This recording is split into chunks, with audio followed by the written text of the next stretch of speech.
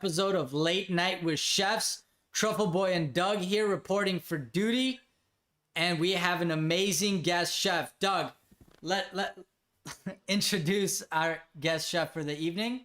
Hello, everybody. Thank you guys for coming in tonight. Tonight, our guest chef, we have Chef Emerson with us. Chef Emerson is a South Florida chef, definitely has advocated for those who felt the kitchen struggle, and hopefully will be speaking to us about his own journey and some of the pivots that he's taken right now during these tough times. So we're very excited to have you on, Chef Emerson. How are you doing tonight? Good, man. Thanks for having me on, guys. Definitely a pleasure to be able to come on and just kind of, give a little bit about what I've done, where I've been, where I'm going, and kind of just like share a little bit of the message of hope with some people. Yeah, we definitely appreciate you. It's definitely a message that we need, in these times now more than ever. And I'm sure a lot of our, you know, followers and viewers who will be, seeing this live or, down the road to come will appreciate that sort of solidarity. Well, Chef, if you want to get to it and kind of tell us a little bit about, where did your culinary journey start for you? What were some of those beginning influences? Yeah, so I grew up in northwestern Connecticut, and I had an older brother. He's 10 years older, and he was pretty much like the introduction into the food world.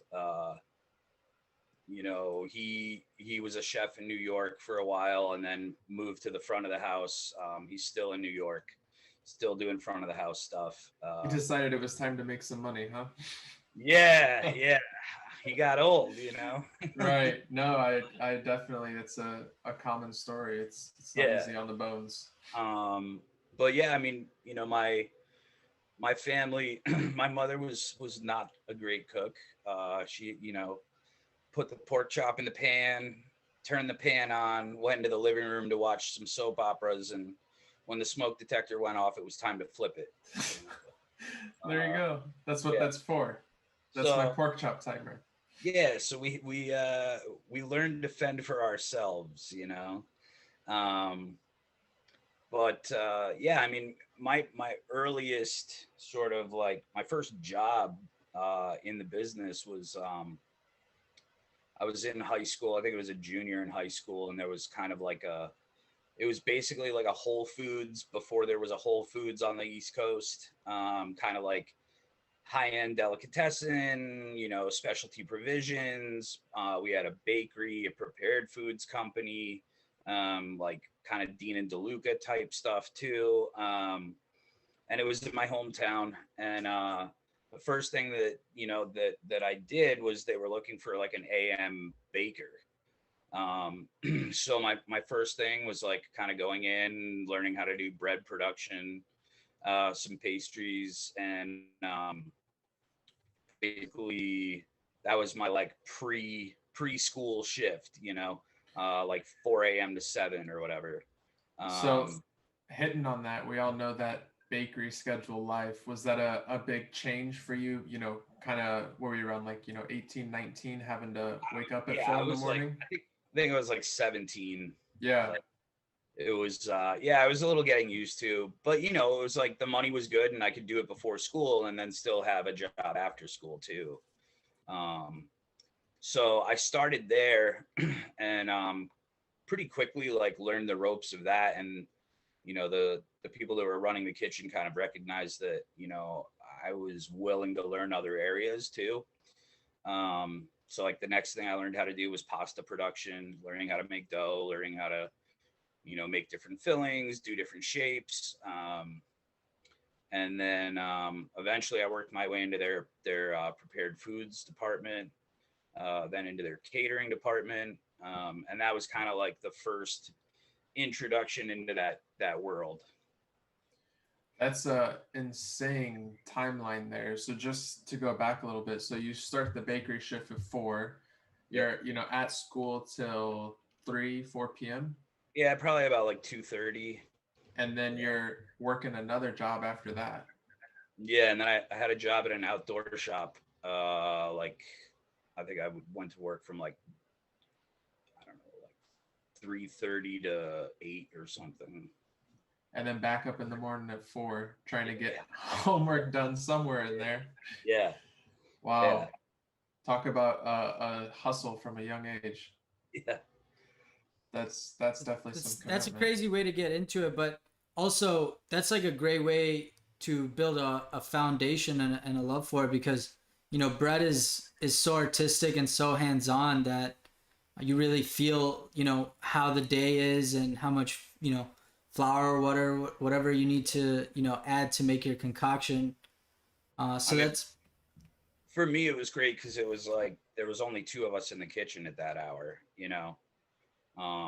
You know, I kind of like grew to the point where I really liked waking up when it was dark out. You know, I mean, I grew up in a really rural area, you know, like they just got cell phone service 2 years ago. There's still no stoplight in the town kind of deal. Oh, wow. I think the New Yorkers have outnumbered the cows just post pandemic, you know. But yeah, I mean, it was also an ability to learn from somebody that was a close friend of my parents, who was a CIA grad and had been a private chef for some pretty wealthy families in the area. And, you know, she was a close family friend. So it was also like a really cool introduction, because it wasn't like, you know, I was going to work for somebody that I didn't know. Like I had tremendous respect for this person and for their craft, you know, like growing up eating their food. And then I really saw it as like a really unique opportunity to be able to learn from somebody that I already had this like relationship with and this like, you know, profound respect for. So it was really cool to just spend a couple of, you know, early morning hours, 5 days a week with this person, because they had like that unlimited attention. You know, I was able to really have somebody who was a master in their, you know, in their field, like I was under their tutelage directly. It wasn't like I was a part of a brigade and I was having to like, you know, fight to try and get somebody's input or how to like, you know, if I needed to know how to do something differently or more efficiently, like they were like, you know, right there with me along the way. So that was, you know, definitely a unique experience to have early on. it's So definitely a first on this podcast, and that's pretty awesome. You know, that's an awesome story. So taking us a little bit from there, you know, having this first mentor, you know, how long were you at that place before your next, you know, leap in the culinary world? So I was only there for about a year. And then when I graduated from high school, like despite coming from 2 parents who were educators and being the youngest of 3 kids, none of whom had finished college, I was like, guess what, guys, I don't really want to go to college right now. And they were like, well, what are you going to do? I was like, I'm going to grow weed and follow the Grateful Dead. You know, it's cool. Like, so they were less than thrilled about that, you know. But again, like, you know, they were kind of just like, yeah, like do your thing. Like, as long as you're not hurting anybody, like have fun, sow some wild oats and whatever, you know, we'll see you when we see you. That's awesome to have that like level of understanding, because I'm sure there's a lot of stories out there where, you know, this doesn't sound like they were condoning that behavior, but they weren't going to like punish you for feeling that way either. Yeah, no, I mean, both my parents were pretty hippy dippy, and you know, like one was an art teacher and the other one was a creative writing professor, and like they owned a used bookstore, and I mean, it was pretty iconic at that level. Right. But yeah, I mean, you know, so I went and I did that. I, you know, kind of like toured across the country for a couple of years, like, you know, just kind of like doing whatever and like having fun with some friends and seeing the country and doing a lot of drugs and seeing a lot of live music and eating a lot of not great food and a lot of decent food, you know. Grateful Dead parking lots definitely have some interesting flavor profiles. What's one of those like, I mean, what is that, you know, when you say that, you know, Grateful Dead parking lot food, what's the first like dish or so like substance that you guys would eat? So like the big epic thing was there was this guy, he was like pretty much at every show, and he had a booth called the Jerry Roll. and it was kind of like a falafel slash sushi slash burrito, but in a taco shell.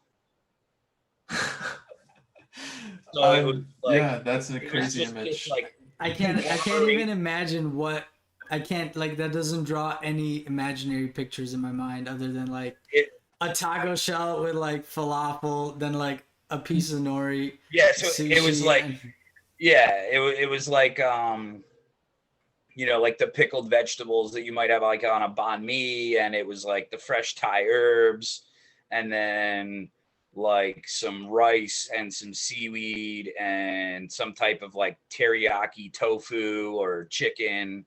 And then it was like in a crispy taco shell, but it was like a giant taco shell. Wow. that is creative. It was like stoner food to the max, Yeah. and they were like $8. It was like you could eat one of those and be good for like 2 days.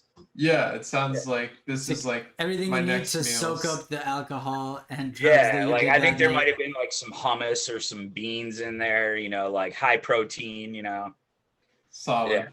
Yeah. So everyone got their Jerry roll and then they kept on partying. Yeah. And it was that was definitely like, besides the $1 garlic grilled cheese that somebody was cooking on the engine of their Volkswagen bus, like that was like the next iconic thing. I like it. But yeah, I mean, so I did that for a while, and then I kind of like with my tail between my legs moved back home, and a guy that I knew from Grateful Dead tour, he and his wife had just bought a restaurant in my hometown, and they were opening it up. And so I was like, 19, 20 years old.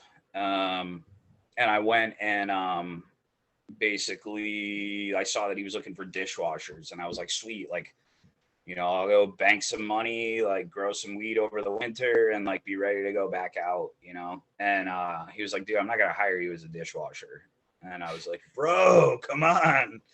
Like, I just want to make a couple of bucks, And he's like, no. Like, he's like, so he asked me 3 questions, and he was like, do you know how to build stuff? Like, can you swing a hammer? And I was like, no, not really.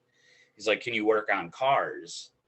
And I was like, no, I'm definitely not mechanically inclined. And he was like, all right, so what are you going to do that you can bring anywhere you go that's going to be able to like provide you with some kind of income? And I was like, oh, I'm going to sell weed. He's like, all right, well, okay, besides that, he's like, what is it that you want to do? And I was like, yeah, like grow weed and follow the Grateful Dead. He's like, dude, the Grateful Dead have been around for like 30 years. They'll still be there when you like dedicate your life to something else, So he's like, why don't I like give me a year? Let me hire you as a line cook. Let me train you for a year. And if at the end of the year you decide that like this isn't for you, cool, so be it. Like, you lost a year, maybe you like can cook for some chicks and get laid, and it's not for nothing. So I agreed to do the year with him. We opened the place up, and like grew it over the course of a few months, from like doing just sort of like dinner 3 days a week, to then doing like lunch and dinner, to then doing brunch and lunch and dinner, and then doing like some like wine dinners and stuff like that. So as you were a line cook here, did he kind of like, where did you start off on that line cook journey? Did he have you on like a Garmo station, or he kind of was just like, take it all, here it is? No, I mean, like, he really like threw me in. I basically like, I was like, so I was between like the grill cook and the saute cook at first. And he was literally like, don't touch anything, just watch. Like, he's like, for the first, it was like the first month, like, I don't think I picked up a knife. Like, it was literally like setting their stations the way that they wanted stuff, like them telling me, go get this, fill this, like, I was the gopher, like, go for this, go for that, Right. I've definitely been there. Pick And I was, a quart of cilantro and a quart of parsley, run to the store, go get, 2 number 10 cans of condensed, evaporated water, go to the cooler, make me, 6 quarts of blue ice, like stupid shit, So Yeah, so they're you fun. got properly jumped into the culinary world. Yeah. The hazing, yeah. Um, but yeah, I mean, so after that, it was kind of like, you know, okay, we've got 2 of these on a ticket. I'm gonna pick up one, and you're gonna pick up one, and like, follow the steps like I'm going. Make yours look like mine. And he was really like that dude had it. There was like 150 plastic tasting spoons on his station. Like he might have only done like 40 covers in a night, but it was like he constantly was tasting everything.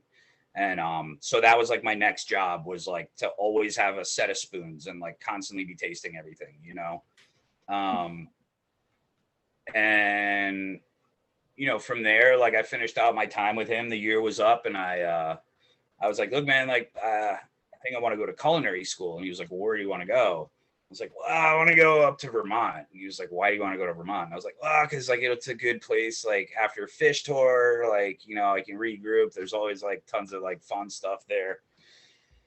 So I applied to New England Culinary Institute, and I got accepted. My plan was to like move up there and start school. And I got up there, and I realized like, fuck, I got to get a job. Like my trust fund was long gone by the time I made it up there. So, and mom and dad were really not cool with coughing up any money for something that wasn't really scholarly in nature. So, Right. I got a job, and like after a couple of months, the guy was like, I was up in Burlington, Vermont, right on Lake Champlain, and the guy was like, "Look, man, like you have more experience than a lot of the guys that I bring in, to like intern. Like, save your fucking money. Like, don't waste your time, And like he basically gave me the same spiel. He was like, "Look, dude, like I just took over this restaurant group.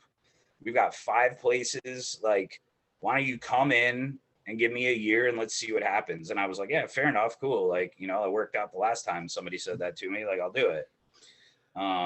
So was there any, how did that previous restaurant owner feel about you making that jump into culinary school? Was he kind of the same mindset, like you know enough, or? No, I mean, like he supported the decision. He thought it was a great idea. He was like, look, when I started trying to figure out where I wanted to go, he was like, dude, like you don't have to go to the CIA. Like not everybody has to go there, like there's other good programs. And so he kind of like said, like, look, like if you have a place that you want to be geographically, like find a school that's near there, make it work in those different ways. But I do remember calling him and telling him, hey, like I've decided not to go. And he was like, oh, that's cool. Like what made you change your mind? And, I told him, I was like, dude, like I realized that, cooking is a craft. It's like in the same way that, people are journeymen before they actually begin a career, or they're an apprentice somewhere before they begin something, like you could go to school and learn how to be a blacksmith, or you can work with somebody and learn that trade, Definitely. And I felt like the path that I had already been on, as far as like really learning hands-on and immersing myself in somebody else's food and learning that way, was just it was intuitive for me. Like that was how I needed to learn what I needed to learn. I don't know if I really would have garnered the same sort of respect and command for certain things. I think I probably would have gotten bored if I was in a traditional setting at that point. And it was cool to find somebody, for the next step in the game that was like willing to kind of approach things the same way. I mean, the guy that I wound up working for next was a CIA grad who, had gone on to do like stages all over Europe and all this stuff, like really, really well-trained chef. And, I was kind of taken aback because like 90% of the kitchen there was either had a culinary degree or was an intern. Like I was at one point early on there, I was like one of 3 people in a company of like 150 people that hadn't gone to culinary school.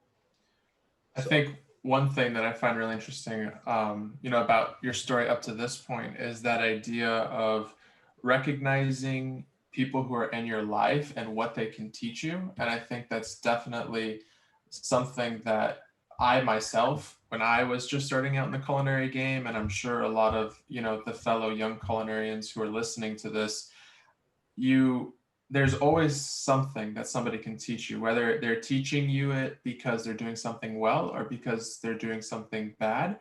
It's up for you to make that decipher. But it's such a pity to see so many, people decide that this person has nothing to offer me.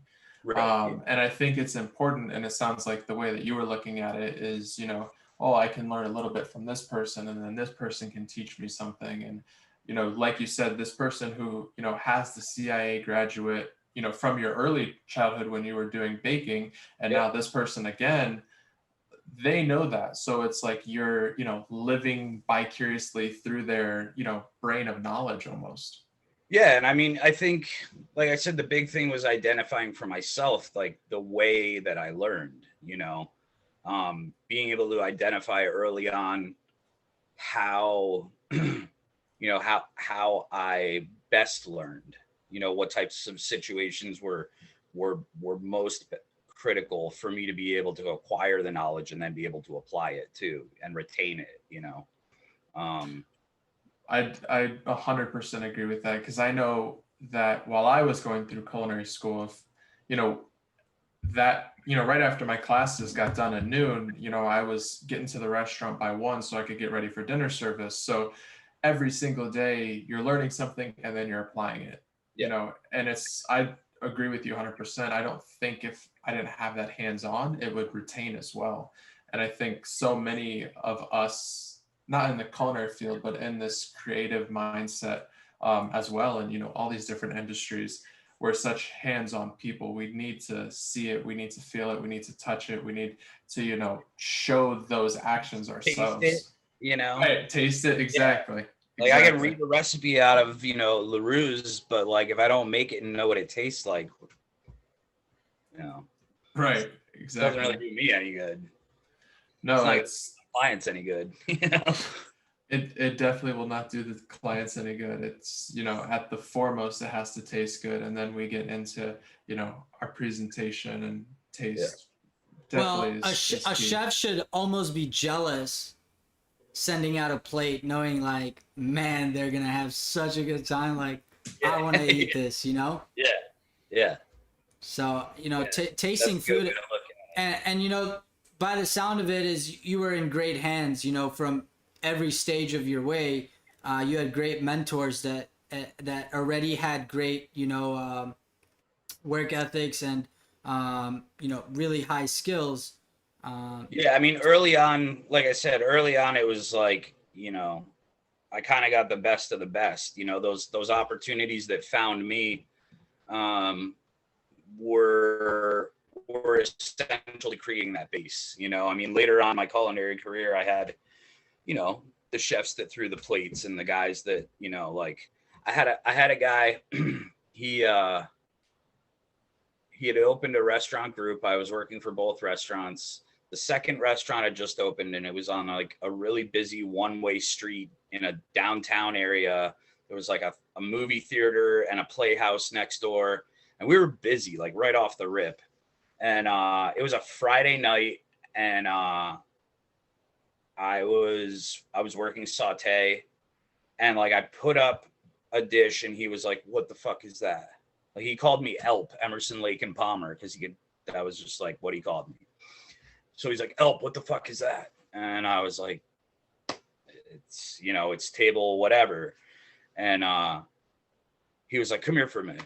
So like I come around the other side of the line, and he grabs me by the wrist and walks me through the crowded dining room out to the sidewalk, and like literally stops traffic, and he points up to the sign. He's like, "What does that say?" And I was like, and he was like, "Right. Yeah, when your name's on that sign, you can plate shit however you want. Until then, this is my restaurant." And I was like, now I got to go back through, walk through the middle of the restaurant with my tail between my legs and like all these people wondering like what just happened and where's my food, you know, like why is there this song and dance going on, you know? Like I had those moments too, like people that were less than encouraging. But you need that armor in the industry, and I think moments like that create that armor of, you know, where it's indestructible. Like pretty much you've seen the lows of the lows, so you could actually feel the highs of the highs, you know. And Yeah, I mean, you know, it was like business as usual, and then the service was over and we all went out to get drunk that night. Like he was like, you know, super chummy, and like, you know, of course, after like, you know, 3 hours of sitting at the rail, he was like, you know, I didn't mean to like blow you up or anything. He's like, this is just how it is, you know, and like, you need to know this. And it's funny because like, I've since like looked him up and like reached out to him, and he's the food and beverage director at like a really big university. And, like, you know, when I got sober, like I was going through my steps and I was like, man, like I need to make an amends to this guy, because like I kind of did some other shady shit to this dude. And like it was funny because like I reached out to him, he reached back, and like we laughed about that, you know. And I was like, dude, I tell that story all the time because it was like clearly had an impact on like the respect that I gave to my chef and how I commanded respect in a kitchen later, you know. I think that's the age-old question in our industry is, you know, we all have these instances, just like you said, where our chef is making this profound impact. And, you know, on one side of the argument, people say, well, he didn't need to go that far to make the impact that he did, you know. And then on the other side, I would say 9 times out of 10, bodily harm causing aside, 9 times out of 10, we remember those moments and never, you know, commit that again because of how over top and, you know, the almost, you know, showmanship like of this, you know, public display of, Right. you Yeah. will never, you know, plate this again. Yeah. Yeah. I never made the mistake again. That's for sure. Right. And so I think that's such a, you know, there's a lot of people that say this over the top, you know, angry chef is a way of the past. But I think that there's a balance that you can play there where you're making those profound impacts on people's lives and are helping them. But there definitely is like this category of I mean, over the top showmanship kind I of. feel bad for some of these young cooks that are coming up and they're not under the tutelage of the old guard, where like throwing plates and screaming in your face was like just normal everyday shit. and now it's know? an HR lawsuit for the restaurant. Yeah. Yeah. I mean, and it's funny because it's like, you know, I'll be interviewing line cooks sometimes and I'm just like, damn, these guys are fucking pussies. Like, you know, like I remember like, you know, cutting the tip of my finger off and the same chef grabbing my hand and just cauterizing it right on the French cooktop, you know. He was like, you know, there you go, wrap a towel around it. We still have an hour and a half of service. Like, I had line cooks send me with a cut. They're like, throw some olive oil and salt on it and just wrap it up. Yeah. Or now it's like, you know, you cut yourself with a vegetable peeler and it's like, we got to get the proper documentation. We need to run the cameras and find out what happened. Here's a drug test. We need to make sure that you weren't under the influence of anything. You have to go to this hospital. You know, you're going to have docked time off, you know, blah, like it's a nightmare. You're like, dude, like I cut the tip of my fingernail off. Like, it's fine. One of the funniest things that I've seen, you know, in my career this far, and it was working for a very big corporation, was cut gloves and like the demanded use of cut gloves. And there was no sign a waiver to get out of using the cut glove. You know, it was company wide. And if anyone has ever put a cut glove on, they are basically like a giant industrial mitten almost. You can't feel the product you're working with. Forget Accuracy. trying to cut chives or basil. Yeah. And it's, you know, it just brings you back to that. Is this even, you know, are we cooking at this point? You know, is this enabling this behavior? Is not. I mean, see, I would have just walked right out. I mean, like, I was cut glove on. I'm good. Yeah, like I was talking to a guy the other day and he was like, you know, he runs a restaurant group. He's in charge of like 8 restaurants, and he was like talking about all these different protocols. And I was like, thank God that I was like, look, man, I'm never working a country club ever again.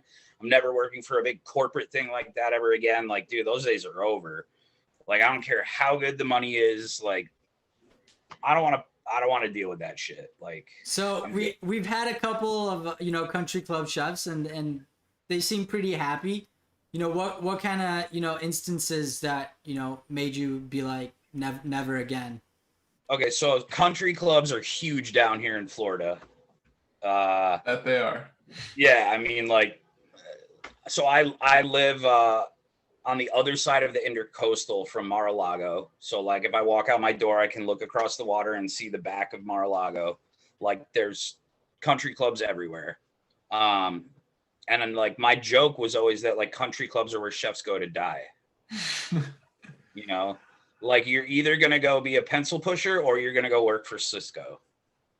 Like that's what happens when the glory days are over, My country club experience in Chicago was very similar. The chef that we had, he did his time. He was, I think around like mid to late 50s, and executive chef here, worked for Wolfgang, worked for all these people, and was at the country club just kind of working for another 10 years and like riding out the days, Right, exactly.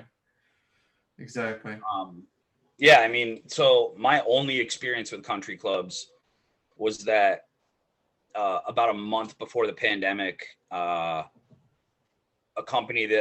provisions company that friends of mine own down here had basically turned their catering business into a hospitality management company. And there was a number of new developments. They're not necessarily country clubs, but it's these huge gated communities with essentially all the amenities of a country club without being called a country club. Like they're on a golf course. So the Village is 2.0. Yeah. Without the golf course. Yeah. So they, these are like between $2 and $3.8 million houses. And basically my friends bid on this contract to take over running a hospitality program at this particular location. And the company that owned that location had 5 other ones that were being built. Pandemic hits, and like all of a sudden they go from 75% occupancy to 100% occupancy, just inundated with New Yorkers and people from New Jersey like escaping. So basically they hit me up and they were like, I was the executive chef at a restaurant at the time, and I was doing some consulting for another project, and they were like, look, like we need somebody to come in and like take charge of this for 3 months. Like we need to hire somebody to consult. Like your restaurant's probably going to get closed down. Like COVID's here. Like everybody's like backpedaling. Like they don't know what to do. We can offer you some job security and some safety for the next 90 days. And I went and I did it. And, like I wrote the menu, hired the staff, set up all the order guides, like inventory systems, all of that stuff, recipe development. And like when it was over, it was such a sigh of relief, because it was just like, it didn't matter. Like, so here's a bunch of people who, had a lot of money and were very particular about what it was that they wanted. And then when they got it, they wanted something different, so like, I just knew that like there wasn't really going to be any creativity involved. It was really going to be a numbers game. It was really going to be about like, Friday is steakhouse night, like Tuesdays are Taco Tuesdays, like, and I was cool with it, like in that limited capacity, but I knew that I was like, the money was really, really good. They came and they offered me a full-time position afterwards with like, a profit share agreement and all this stuff. And, when I like took a step back to consider it, I was just like, man, like, hey, I'm going to be there for like 30 days more and just like want to leave my pride at the door and pick it up on the way out. And, I just, because I knew the guys that own the company, I was like, look, man, I appreciate the fact that you're considering me for this position. And I appreciate that you thought of me during a time when like a lot of people were going to be immediately out of work. Right. But I was like, this ain't me, dude. Like, I was happy to come in, get you guys set up, get the ball rolling. I appreciate that, and I wish you the best of luck. But this ain't me, you know. I think that's awesome, story to tell as far as, for so many people who are struggling with that sense of identity right now, because there is such a limited capacity for, what we're able to do in our industry right now with COVID. And, I know I've struggled with it over, on the Tampa side is, you have to work and you need a job, but where does that sense of identity play? Am I being prideful because, I don't want to work in this environment? And that's definitely a battle. It's a unique situation for me too, because like I have a lot of friends that were, pretty successful chefs in this area all the way down to Miami. I mean, like, since I've been here, like the last 5 years, like I've developed a really big network of people in this industry. And I've worked all over the country, and like, you never know where people end up. Some of the people that I worked with in San Francisco are down here. Some of the people that I met in New York are down here. Some of the people from New Orleans are down here. Like, your paths kind of like keep crossing or whatever. And I feel like that's definitely going to continue to happen. Like we're seeing a lot of restaurant groups coming down from New York and basically just like regurgitating a concept in South Beach, because that's where their demographic is living right now. Right. But it was a struggle in the beginning to turn down a job. Like I struggled with the idea that like here I was at a time where my peers were either having their businesses were going out of business, chefs were being let go because people couldn't afford their salaries, or there was just this like sort of ambiguous like unknown date as to when they'd be able to sort of operate in some sort of normal capacity that warranted the allocation of those funds. And I was like, man, like here I am, like I'm turning down like a good job,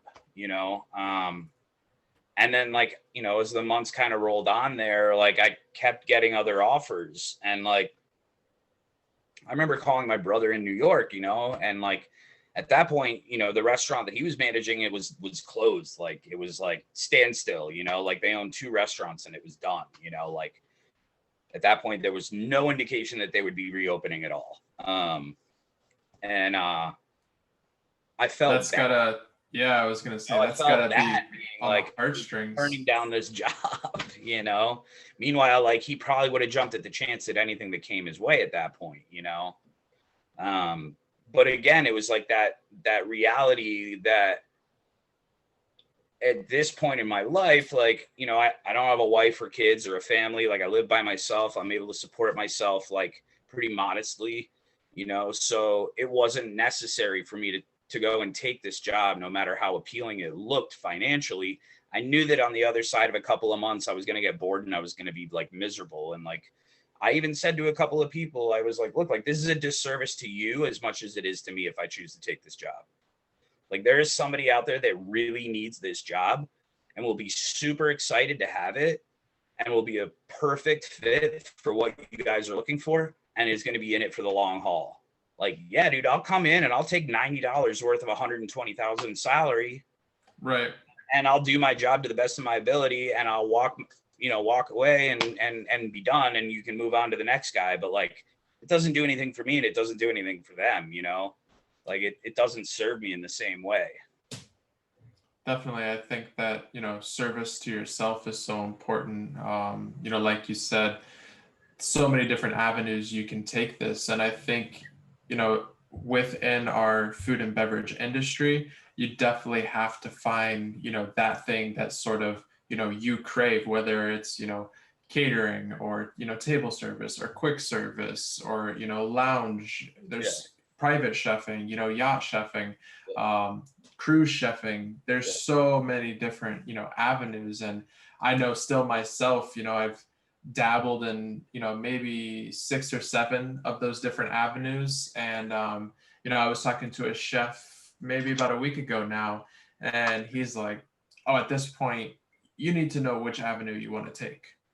And I'm like, but I don't, there's so many different options and opportunities. And I think you really got to find that one that sort of speaks to you and, follow it. And I think that's awesome that you're able to navigate that. I mean, when I came down here in 2015, and I came down here to go to rehab with no intention of staying here, and like here it is almost 6 years later and I'm still here. And like sometimes I'm like, why the hell am I still here? Out of all the places that I've lived and that I could be cooking, like what am I doing in South Florida? But like, when I first got down here, it was really depressing to see what the food scene was like. Florida, I think you can attest to this, is 10 years behind the rest of the country when it comes to food. Yes, at least. Pre-pandemic, like Miami had just hit the map. Miami had just gotten to the point where there were some chefs and some establishments and some restaurant companies that were not necessarily making waves, in the scene, but like who are putting Miami and South Florida on the map. Like they were doing well, and it was good enough that they were getting some national accolades, or at least their hat was being thrown in the ring. Definitely. And the first, name that comes to mind when you say that for me is, Brad Kilgore, and what he was doing down there was definitely catching some attention. And like, I'm fortunate enough to, like a friend of mine opened a restaurant here a couple of months ago, and like I was invited for friends and family, and I sat at the table with Brad. That's awesome. And his CDC at the time, Jeff, he and I had worked with a couple of the same guys before, and like, yeah, I mean, he's he's an extremely talented chef who has recognized what was lacking in this area, and he was able to take the knowledge and the sort of experiences that are attached to his food and recreate them in a way that nobody had seen here. Like, was he reinventing the wheel? Absolutely not. But at the same time, like, he was making very calculated moves. Like, everybody thought he was crazy when he decided to open up like 4 restaurants in a year, but he did it, and he did it really well, and he executed all of those concepts very well too, and even like during the pandemic, I mean, like Old Greg's Pizza that he moved into his space, went from a guy selling pizza out of the back door of his house in Miami to like a pizza that you had to order 3 weeks ahead of time and then had to drive to South Beach and spend like $400 to be able to get it. Like, people were selling their slots online to be able to have the opportunity to buy a pizza. Like, and, so again, like Brad, like had his hand in helping that guy, like create this platform. Right. Like Jeremy Ford, like I'm super stoked. Like I've gotten to know him really, really well over the last few years. I've gotten to work with him. Like, he's going to come and do a dinner out on the farm this year. He's already done one before. Like, he texted me the other day and he was like, dude, I'm going to come out and see you on Sunday. And I'm like, dude, what's on Sunday? And he's like, your dinner. And I was like, what? He's like, yeah, I'm coming to the farm. Like, I bought tickets for the family. And I'm like, oh shit. Like, he's like, I can't wait to taste your food, bro. Like, oh wait, I got to change that menu item. Hold on. Yeah. Like, and I looked at the owner of the farm and I was like, Jeremy was coming? She was like, oh yeah, he called me and said he was coming like last night. And I was like, I need to know that. This is like one of my culinary idols is coming to the farm, and he's somebody that I'm trying to get to cook here again. Like, you got to tell me these things, That's definitely one of those like pivotal moments when you have, those heroes or those idols, now tasting exactly what you've made. And I mean, like, pressure. I've been really, really honored and really lucky to have worked with some really great chefs. I mean, the guys that own Manolo Blahnik, the shoe company, actually, I opened their first restaurant with them in Connecticut. It's called Arethusa, and they own their own dairy farm. They make like 15 cheeses. Like they have their own greenhouse. They grow, they raise livestock. Before that, I was with a guy named Joel Veland at a place called Community Table that was like 40 seats. Menu changed every day. It was like 9 items. I mean, Joel was the CDC at Herb Saint. He had spent some time at Noma. Our sous chef came from Mugaritz. Like, Wow. I had these guys who were like, they were heavy hitters. Like these guys had worked at the best restaurants in the world, and again, like I found myself the only guy in the kitchen without a culinary degree, like I had a bachelor's degree and a master's degree, and but this wasn't what I had ever planned on doing. And yet somehow I found myself with these opportunities, but yeah, I mean, like I was saying, I came down here in 2015 to get clean, and like at first, it was like I didn't want to go back to a kitchen. Like I've been shooting dope and smoking crack for 10 years, and somehow I'd been able to like manage and function and whatever on some level, and like all of a sudden shit hit the fan, and here I was, and I had to face the realities of everything. And like I said, my plan was to come do my 30 days, and like were holding my job for me. I was going to go back, and like life was just going to go back to what it was. And, I got out, and it was like, that wasn't the case. Like everything that I had left behind, like the doors had closed, like the house, the friends, the family, the job, like there was nothing to go back to. And it was like, I was 31 years old, and it was like, okay, well, what are you going to do? Well, you're 31 years old. You're living in a homeless shelter. Like you have absolutely nothing except for the clothes on your back. Like, and it rang true again. All of a sudden, that guy that I worked for that first year was like, like his voice came into my head, and it was like, well, what are you going to do that you can do anywhere you go? Like, well, people got to fucking eat, man. Like, there's your ticket, And, my first 6 months in recovery was working on a fucking hot dog truck. Like I had just left the executive sous position at a restaurant that was nominated for a James Beard Award 3 months before I left that kitchen. And there I was fucking serving hot dogs, because nobody would hire me. There was a stigma attached to me being an addict in recovery, and especially early recovery. Like it didn't matter that I had Aaron Bludorn's letter of recommendation from fucking New York when I went to apply at Cafe Balut on Palm Beach. They were just like, you're 31 years old from the Northeast and you live in Lake Worth. Like, we know what's going on. No.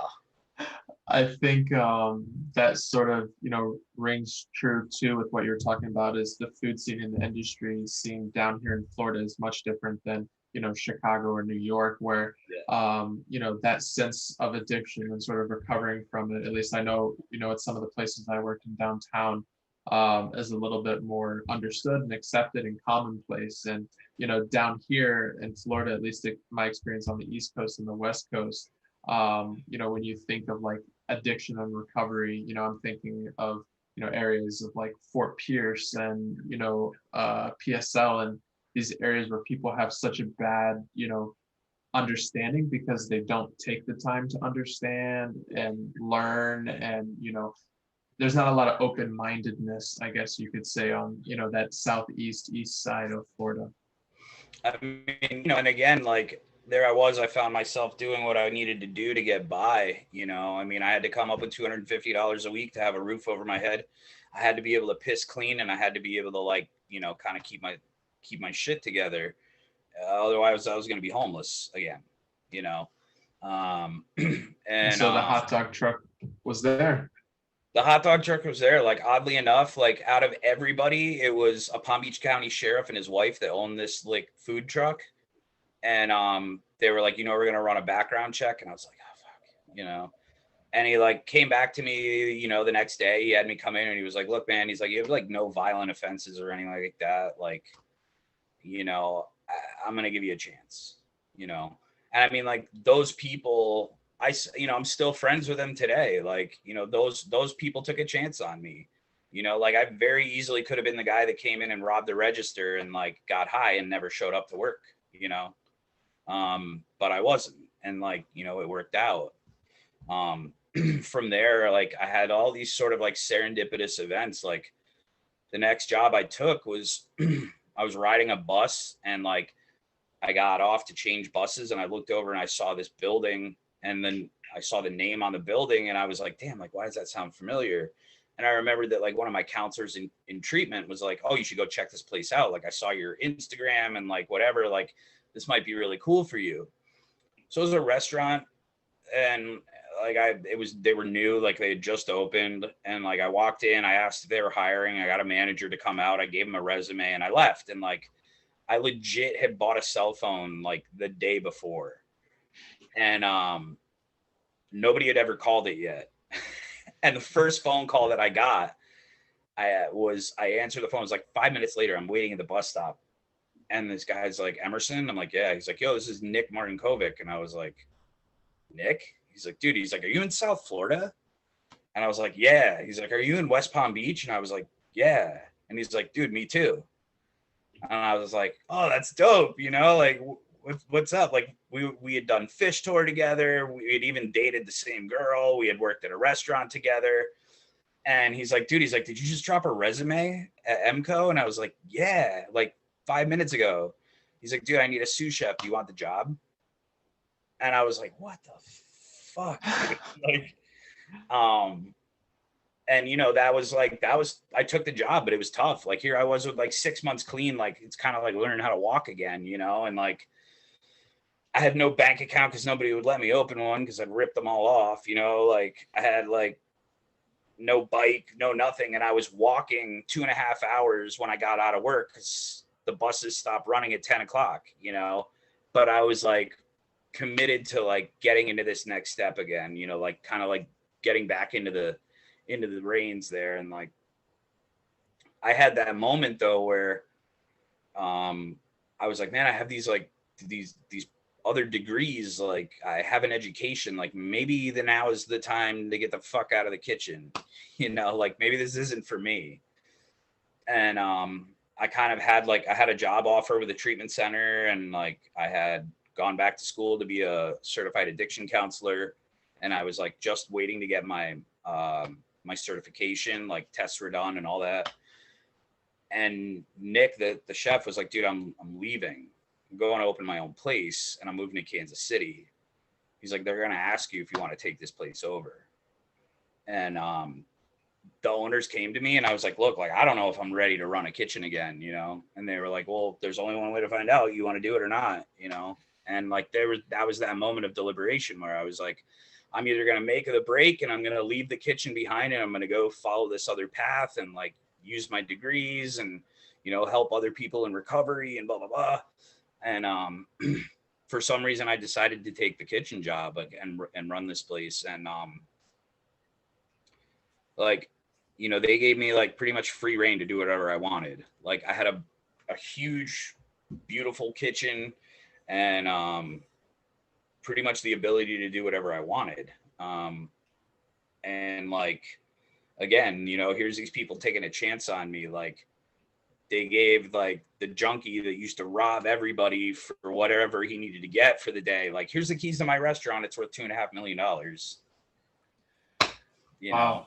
That, you know, being able to overcome that adversity, I think is so huge. And, you know, definitely something that has ring true in my career is, you know, being at the right place in the right time. And kind of something that I've learned actually very recently in the industry is always, you know, making sure every single person you come in contact with, you might see them again. So, Yeah. you know, working hard every single day. There's, you know, so many chefs that I've worked with that, you know, will put on that good face for 2 weeks. And then, you know, the weeks to follow, the work ethic sort of slips, or, you know, you have that line cook that starts off really, really strong. And then, you know, the bad habits start happening, the tardiness, the, you know, not focused. You know, I got way too baked last night. I didn't sleep till, you know, 4 a.m. And then I'm coming in for my shift and I can't remember a thing you told me yesterday. So, you know, those attitudes definitely sort of, you know, build that person. And, definitely in this industry, you see people again, I've, like you have said, and I'm sure Vladis experienced, and, a lot of our followers and viewers, you know, we are very sort of transient, almost like a nomadic breed of human Yeah. being. And, you run into people and, having that good connection, understanding who that person is and, what their work ethic is like and what they bring to the table. And, proving that every day to sort of make a name for yourself. Yeah, I mean, it's definitely taught me that, like, you don't want to burn any bridges, like, even, like, leaving a job, like, trying to do so as amicably as possible, trying to maintain, your presence in good graces, like, and like at the same time, like, running a kitchen and having somebody say, like, hey man, like, here's my 2 weeks notice, instead of being like, I can't believe you're doing this to me, like, season's about to start, um or like, dude, I put so much time into you, like, you've come so far in the last year and I've taught you so much and I've worked and I've given you a pay raise and I gave you that day off and, like, you owe me one, and, like, but to not take it personally and to be like, you know what, like, who knows, man? Like, I might go out to eat in a couple of months and, like, or a year, and that guy's running the kitchen. You know what I mean? I mean, I feel like that's that's another thing down here that I don't see a lot of chefs that want to make good cooks. Definitely. I was It's a really lot of blessed. effort to make good cooks, right? It's a Yeah. lot of invested time, and you don't, out of the 10 people you train, maybe, 3 or 4 stick around, and the rest of them go and learn from other people, and who knows, where they go. But it's hard to to give, that much love into people, especially, when it's a business and you're Yeah. you're counting your numbers, and it's like, well, that's a big investment. But I think, when you are a good chef, and you've been mentored by the right people, there's a certain presence that makes you, other chefs or young people or anybody really looking to get inspired or drawn in, they feel that presence and that, that worth of, okay, this guy's, he has something to offer that, I could use wherever I go and wherever I, might end up. And I don't know what chef told me this, but I always remember this kind of saying where it's like, better to have trained and lost than never trained at all, because then you have a kitchen that, you don't really care if they go or leave, but they're not really executing to your standards. Yeah, I mean, I think the big thing for me is, like, it's only happened a few times that I've, either left the kitchen or somebody else has left the kitchen, and, like, I see them later on down the road, and, like, I'm like, wow, like, they're advancing in their career and, like, they're doing some cool stuff, and they're, like, maybe they've stepped into a management position, or, like, maybe they've been able to go and work at a Michelin restaurant, like, and, like, it's really cool being able to see, you never know who's watching, you know what I mean? Like, it's the same way, like, in my work life as it is in my recovery life. Like, I never know who's paying attention, you know what I mean? Like, I don't know who it is that's watching me, um and I don't know, like, how what the life that I live, informs or inspires somebody else, in the same way that, like, I'm sure there's a lot of people that have had huge impacts on my life who don't understand that they had that big of a role, I mean, like, the guy that dragged me through the restaurant, like, I let him know that I still tell that story because, like, it means something to me. Like, that was important. Like, at the time I thought he was an asshole, but I look back now and I'm like, that was just, like, that was learning the ropes. Like, that was about commanding respect and giving respect, and, like, you know, uh that was, like, that was an opportunity, like, that, until I made it known, like, he didn't know how greatly that affected me in the rest of my career, you know.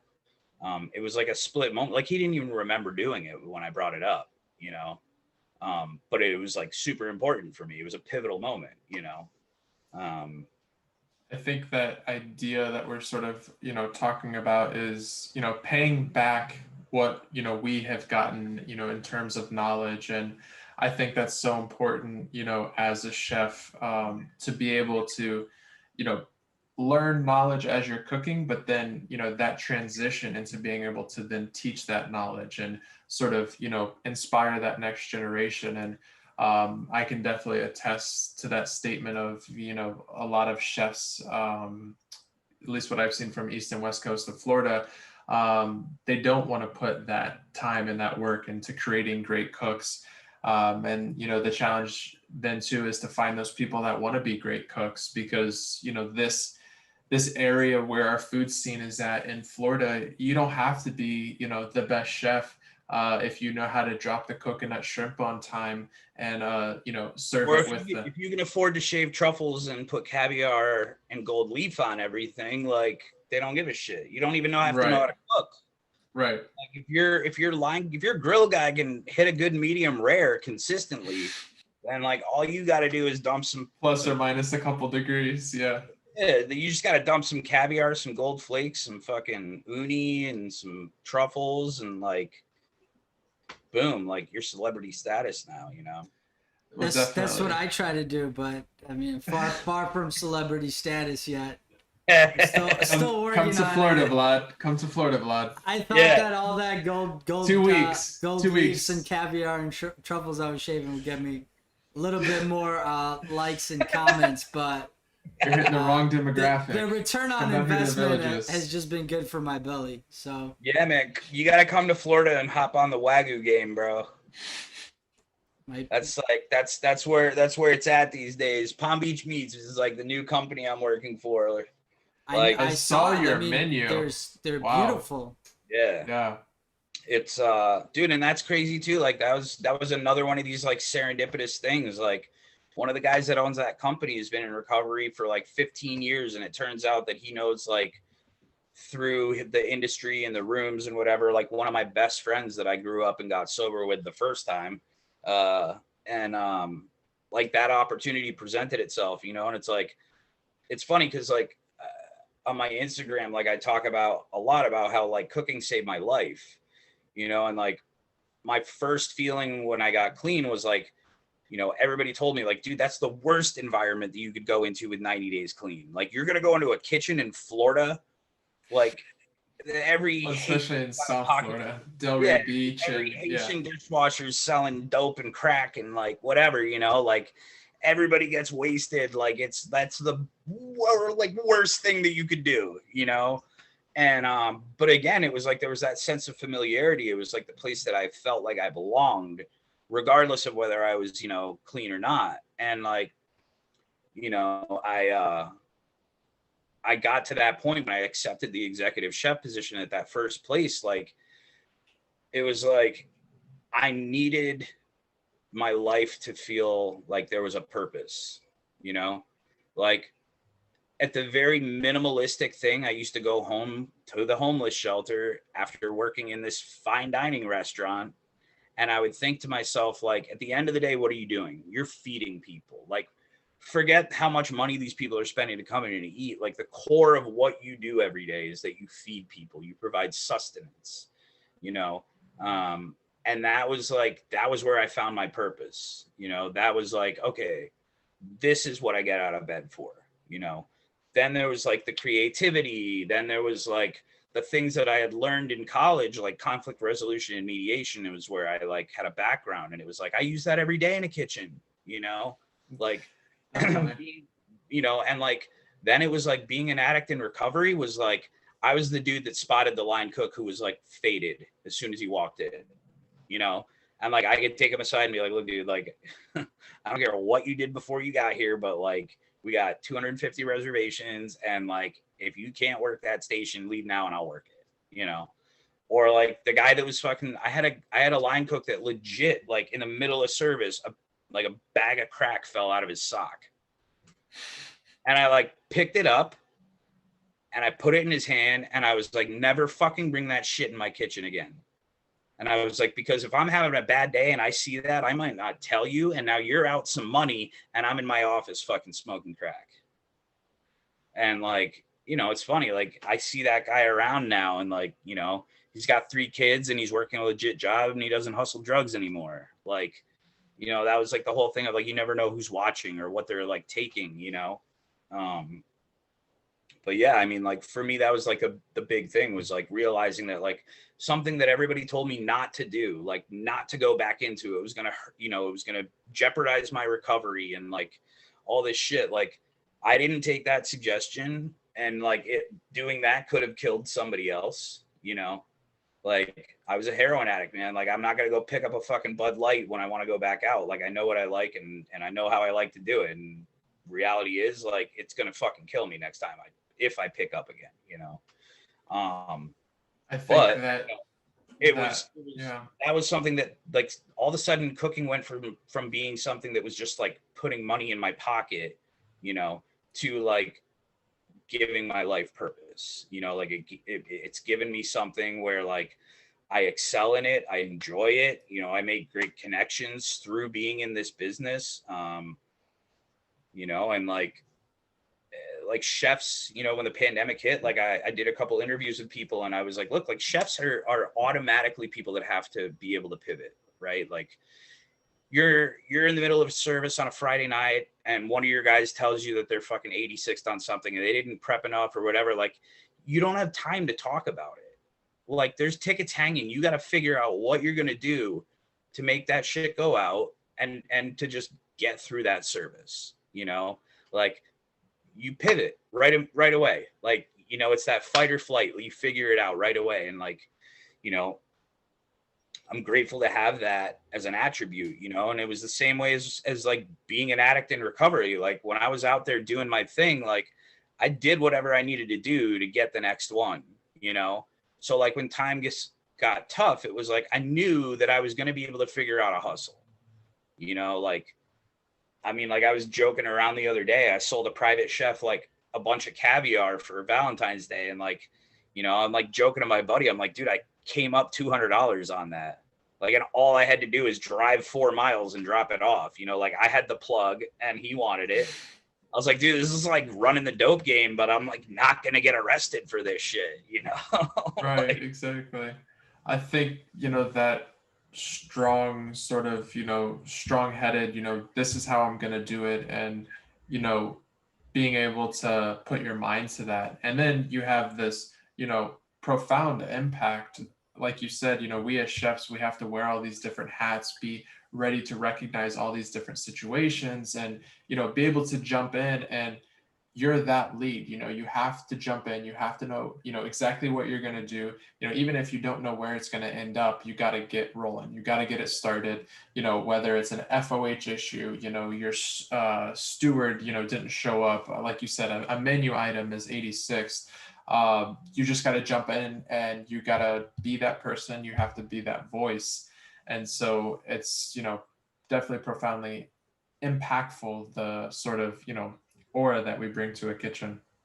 yeah. And I mean, like, I think people have, since the pandemic began, like, I think people have realized that, a chef isn't just the guy that cooks the food, like there is so much more that goes into running a kitchen, unlike you explained, like so many different hats that we wear simultaneously, so yeah, I mean, it's like, when this whole pandemic hit, like I was very grateful to have an opportunity right out the gate to have a little bit of a buffer of an income that I knew was going to be steady for a few months, and then it was just like, again, it was like that idea of resilience and about like going back to the drawing board and thinking like, well, how do I have to recreate myself right now? How can I offer a service to people right now, where I can still do what it is that I love to do, maybe not in the same setting or the same capacity, but I can still continue to cook and like, support myself. But initially it was also about finding a way to like do something for the community. Like I partnered with another restaurant, where another mentor of mine, like this guy had a Michelin star in New York and worked for Robuchon and all this other stuff. And he came down here and he opened a place with his wife. It's like fucking 30 seats and the menu changes every day. And it's like the chef's like wet dream, And like he and I and his wife like sat down and we were like, what can we do to help people in the industry right now? So like we started a GoFundMe, and we were like, people are ordering takeout from his restaurant. And it was like, look, like, you know, here's 25 bucks. Like we put it as a menu item on the toast tab, you know, here's 25 bucks. 25 bucks is going to go to help feed an out of work industry worker this week, you know? So then like we'd reach out to a local bakery, we'd reach out to a farm or a produce company, we'd reach out to a local fishmonger, we reach out to a local meat distributor, and we'd say like, wait, we're trying to put together 75 meals to just give away on Friday. Like, we don't ask any questions. We don't want to see a pay stub. We don't need to like know where you work. Like, if you're down and out enough that you're going to show up for a free meal somewhere, just like take it, no questions asked, you know? And That's, I don't know if I heard of other restaurants doing that, but that's the first thing that pops in my head is, some restaurants sort of put it on there, $12 for a round of beer for the kitchen.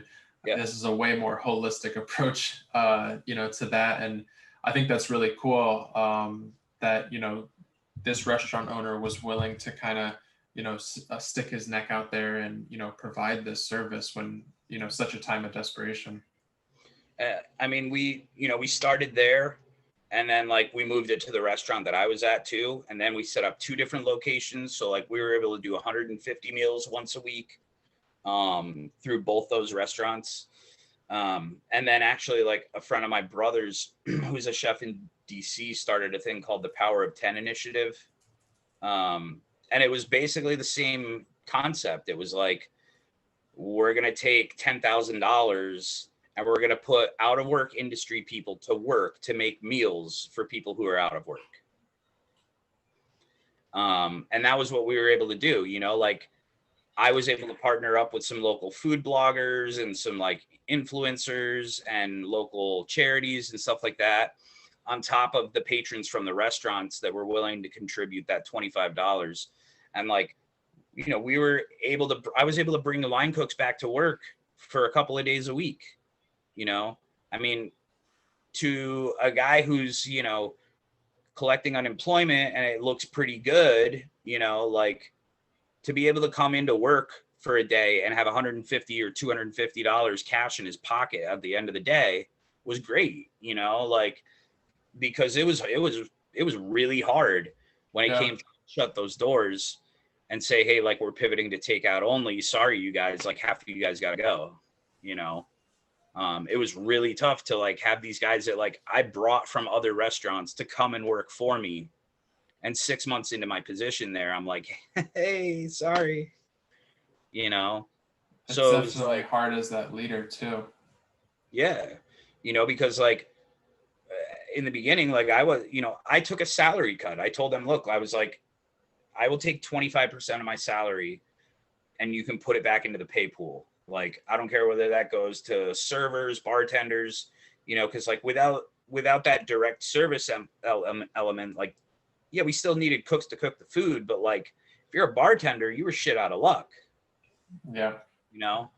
But I mean, like, it was little things like that. It was like, what can I do right now where like, I'm not really sacrificing that much, but I'm also able to make some sort of a contribution to the people that are here around me, like I was still able to wake up and go to work with like, a good head on my shoulders, confident that I wasn't doing anything fucked up. Like, I don't think I could have been able to go to work every day and continue to collect my normal salary, knowing that there were guys that were, maybe not being able to like feed their family, Definitely. I mean, I had a line cook that had 5 kids and he was 26 years old, and like, here I am like 36 and like, I don't have anybody that I got to worry about. And like, I'm getting my paycheck every week and like, this guy's getting shit, it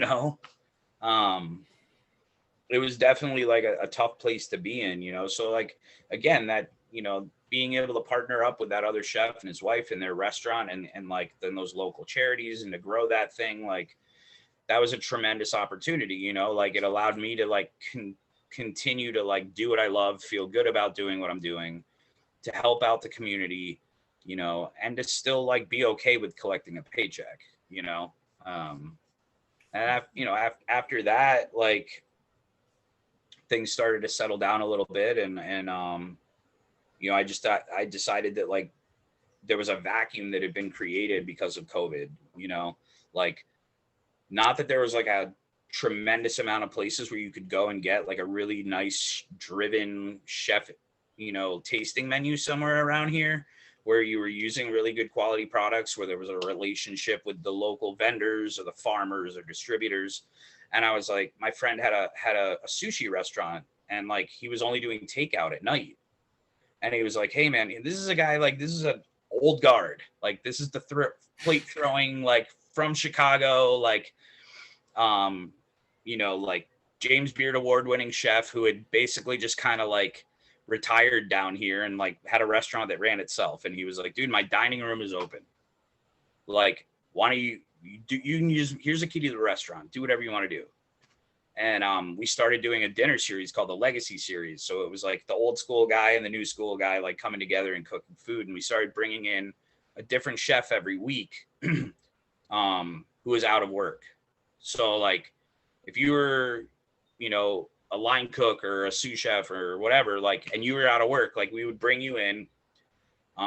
We reached out to a bunch of local companies. We got liquor distributors to sponsor. We got produce companies to sponsor, all this other stuff. And then we sold tickets. We kept it at a maximum of 12 guests. So all the tables could be spaced out and we could follow all the COVID protocols and people would feel safe. But we were doing, a 7-course tasting menu for $200 a person. So again, we were able to bring like a couple of servers from that restaurant back in one night a week. We were able to bring another chef who was out of work in one night a week. We were able to offer something to people that like they couldn't get anywhere else, and like, I brought chefs from Tampa down to come and do it. I brought chefs from Miami. Like I brought people from all over the place to come and do this. Like my buddy Brett Wright, like who's up in Tampa, he works with Lou Robinson. I had him come down, like badass vegan chef. Like I was able to bring people down who like, maybe this area hadn't seen or they hadn't been in this area in a while. And it was like, we all got to sit back and have fun. We got a paycheck and we are offering an experience to some guests who like, these are people who moved down from New York or whatever. And like, this was commonplace, right? Yeah. Like they were what's used amazing, to do this.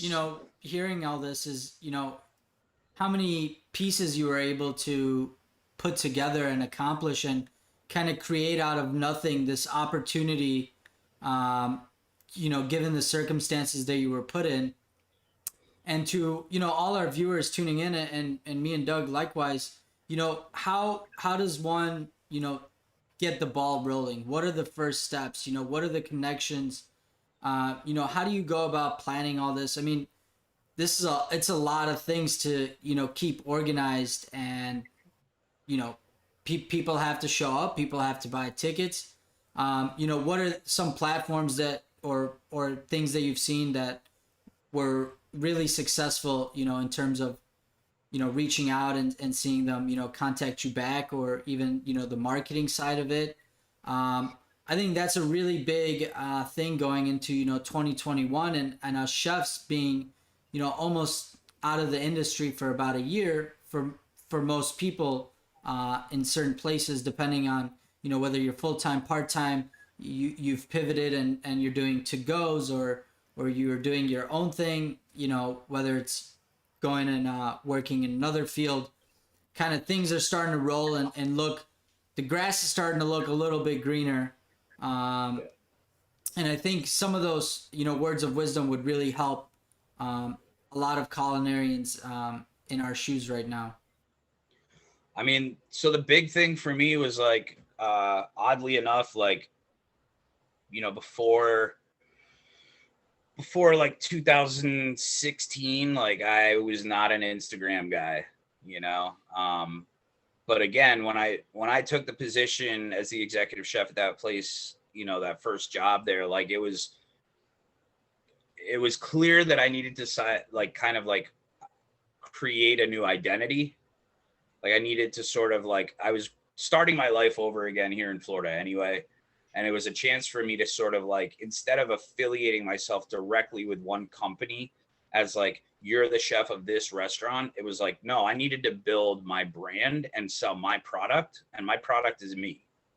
So that regardless of what restaurant I'm in, what kitchen I'm in, what company I'm working with, whatever, like it was all about self promotion at that point, you know? Um, and honestly, the big thing for me was staging. Like, you know, on my one day off, like I would drive an hour to Miami and I would go into a kitchen and I would say, I want to work the next 6 Saturdays for free, you know, or, you know, like I had another restaurant where like, you know, I used to go out to eat all the time, and like, it was like, you know, average ticket was like, you know, $75-80 per person. And like, I loved to be able to go there and enjoy that, but like, I wasn't in a place where that could happen all the time. And I bartered. I was like, look, man, I will come and work for you for free one day a week. And I just want, you know, give me a credit, give me a meal once a week, you know? So again, like I set myself up with opportunities to network that way. I set myself up with opportunities to be a student, to like go in and have hands-on experience, seeing what other people were doing, how they were doing it. And you garner a lot of respect from people, particularly chefs, when you come in and you're offering yourself up because you just want to be there to learn, you know? And I was really grateful that I mean, I did it with Brad Kilgore. I staged at Brava for a couple of weeks. Like, I staged at both the Robuchon places in Miami, L'Atelier and Le Jardiniere. Like, I staged at Stubborn Seed for 3 weeks. Like, I made these great connections, and I earned a lot of respect from these chefs that I had tremendous respect for by going in and doing that. And like, that allowed me some networking, you know? And as far as like, you know, how to get the ball rolling, like, I just decided that it was like I had nothing to lose, you know? Like, the first thing that I did to sort of like separate myself from the restaurant I was at was I started a Bao Bun pop-up called Bow Down. And I like, you know, There's some very cool Which- logos, by the way. And the food looks incredible. Yes. And I LLC'd it, and I like had that as my side hustle for a while. So really And quick, just because we're on that bao bun subject, and I've been trying to find where to source them, but on one of the bao bun pictures, you have those little like rice crispy pearls.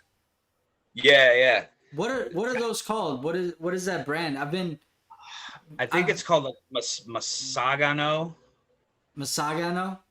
I think so. Yeah. I'll have to have you I'll send you message a me picture that of a the little bag. bit later. Yeah. But those are awesome to have, you know, as a garnish, and I think They're really good to put in. Like, I put them in my fried chicken batter too, because it gives you like extra texture, extra like crunch. most Yeah. things are, like, it's a tempura pearl basically, you know, like, so it gives you that like constant crunch. Like, you can't sog those things out. Like, between that, rice starch, tapioca starch, and potato starch, like, you can make the most crispy piece of chicken that will not fucking sog out in hours.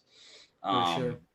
But yeah, I mean, you know, so I started that thing, and like, I legit went to an Asian market, and like, I just went to the guy that owned the place, and I was like, yo, here's the deal. I want to make these things. I want to do it buying all the ingredients from you. And like, I'll give you a cut of the profit, and like, you'll get some traffic in the door, and let's see what happens, you know? Like, if it works, it works. If it doesn't, then like, whatever, you know, like, you got a cut of the money for the day. You got a couple of people as, you know, foot traffic, whatever. And it like blew up. Like, it was like the first couple days, it was crazy. Like, I probably sold like 750 bao buns in a day. And I was Holy cow. doing it all by myself, you know, like, and I made all the buns by hand for that one too. And like, in terms of that, I mean, 700 people, that's, you know, a huge number. And how do you go about like gathering all these people? Is it just, you know, within your community, you know, how do you go about sharing? So like with that, I I made each time that I did those pop-ups, I would design my own little menu, right? And I always had like different items because I wanted people who had tried it to come back. Like, so I wanted them to know, like, oh man, I had the KFC bun and that was so good. Like the Korean fried chicken, like that was bomb. But I wanted them to come and try something else too. So like I constantly was like evolving the menu, keeping it to like 4 to 5 items, but like trying to stick with like flavor profiles of stuff that people were familiar with, but presenting it in a different way. And like, you know, I mean, how many times have you gone out and had a really shitty taco? Well, there's tacos everywhere, you know, like I was doing the same thing. I was flavor profiles, but just putting it in a different vehicle, you know, and like bao buns are nothing new, but like here again, South Florida, 10 years behind the rest of the fucking country. Like, That we are. like, oh my God, what is this? Like, I've never seen these before. Like, you tried those new things. So it's like, I just chose a different vehicle and like introduced the flavor profiles that people were familiar with and like put it in there. But I was like, it was all about me. Like I had to do, you know, so I wrote the menus, I designed like the flyers for it. I would like put out flyers physically. I would like hand them out at places. I would like, you know, take like 20 of them and like stack them, you know, like tack them to a board somewhere. Like, and then Instagram, like I would just like, I would tag as many people and I'd be like, yo, like if you share this, like I'll give you a free bao bun, you know? There and like, we go. I love everything I'm getting right now. I love it because all this information you're giving is not only one showing that nothing really happens just, you know, out of thin air, and second, it takes a lot of hustle and grind and, you know, thinking outside the box. And it is one of the hardest things for any business is, you know, bringing in the clientele. Yeah. And I mean, you know, like turning likes into fucking dollars, you know, is a new hustle these days, you know. It really is, yeah. Getting people to engage in your content is one thing. Like I could sit here for hours, like, you know, taking a shit and scrolling through and like everything. It doesn't mean that I'm going to buy anything, you know? So that was a big thing. And then I started like following like a couple of like, you know, big foodie accounts that were in the area on Instagram. And like, I would tag them in it and I would be like, hey, like I'm going to be here for, you know, from 3 to 7, like come in, I'll give you a bao bun, share it on your story afterwards. And like, it got to the point where those people, like, I didn't have to ask anybody. Like the second that I posted something, it was like, you got to go check this guy out and see what he's doing and blah, blah, blah. And then it was about like, then all of a sudden, like, I was like, yo, I went to the guy that owned the store and like, he and I had developed a great relationship at this point now. Like he's an OG Chinese dude from Brooklyn. Like he's like, man, I love this guy. More ideas from him. Dude, he's like straight up like old school hip hop dude that's opened up like Asian markets up and down the East Coast for years. Like super chill dude. And like, he's like, dude, he's like, I just want you to know, like, I wouldn't do this for anybody, but for some reason, like I got a good feeling about you and like it worked out. And, so then I went to him and I was like, look, man, like I got other people that want me to do this at other places. Like, is that cool with you? And he was like, yo, I don't give a fuck. Like, this is your business. And I'm like, yeah, but like, I wouldn't have the opportunities to do it somewhere else if you hadn't given me the chance to do it here. I'm going to continue to buy my products from you. I'm going to continue to shout you out every time that somebody asks me where I got this stuff, you know? And it's great. Like that dude's business has grown so much in the last couple of years, like private chefs, yacht chefs, like just like random foodie people who like want to be able to go and find taro root or whatever, you know, like where do I get yuzu juice? Like, oh, here you go. So I actually had taro root. I ate it raw in a salad. One of my friends who does weekly meals was doing Vietnamese inspired meal, and the first time ever I tried raw taro. You know, I've had taro chips, I've had taro starch, but I've never had it raw, and never would I.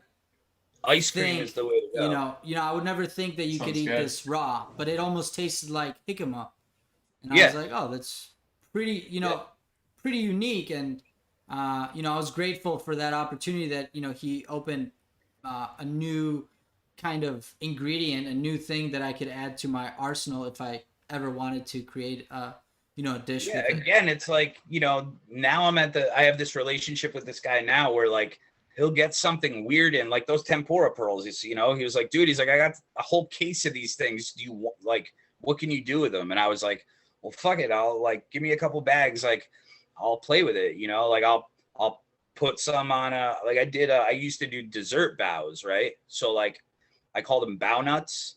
So I would like steam the bow bun and then I would deep fry it. And then I would pull it out and I would dust it. He had this like coconut milk powder. So it's basically like a coconut milk concentrate. You just add water and it's supposed to be like coconut milk. And I was like a wasabi powder, but coconut milk powder type. Yeah, but I was like, no, I'm gonna just use this as powdered sugar. Like it was already sweet from the coconut milk, So I would take the donuts out of the fryer and dump them in a bowl of the coconut milk powder. And then I was like, he was like, oh, I have a whole bunch of like instant Thai tea packets. And I was like, dude, a Thai tea donut would be so good. So I made like Thai pastry cream, like, but so like he would come to me with stuff and be like, oh, I got a bunch of this sitting on the shelf. I'll just give some to you if you can figure out something to do with it, So like, stuff like that. Like that was, again, it was like you create this little like relationship and it's symbiotic in the beginning and it continues to foster itself like further down the way, And the whole bow thing was like, that was like a really calculated move on my point too, because like at the end of the day, like, again, like here it is, the pandemic, and I just shut down a deal to go open a bow spot in a food hall. And I told them, I was like, look, like I would like 4 years ago, I would have fucking jumped at the chance. I would have been like, hell yeah, I want to do this. But for me, like a bow bun, it would have been hard for me at that stage in the game without anybody really knowing who I was to come to a dinner for $500 a person. Like I never would have sold those tickets, right? Right.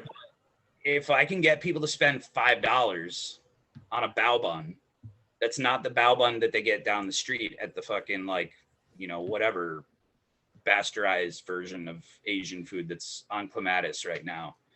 Like if I can get them to take something and it's like a spin on it, it's my own kind of like fun way of playing with that product and spend $5 on it. Now I've got their trust. Now they're like, damn, like that was really good. It was only $5. Like I'm going to definitely go to the next time that he does one.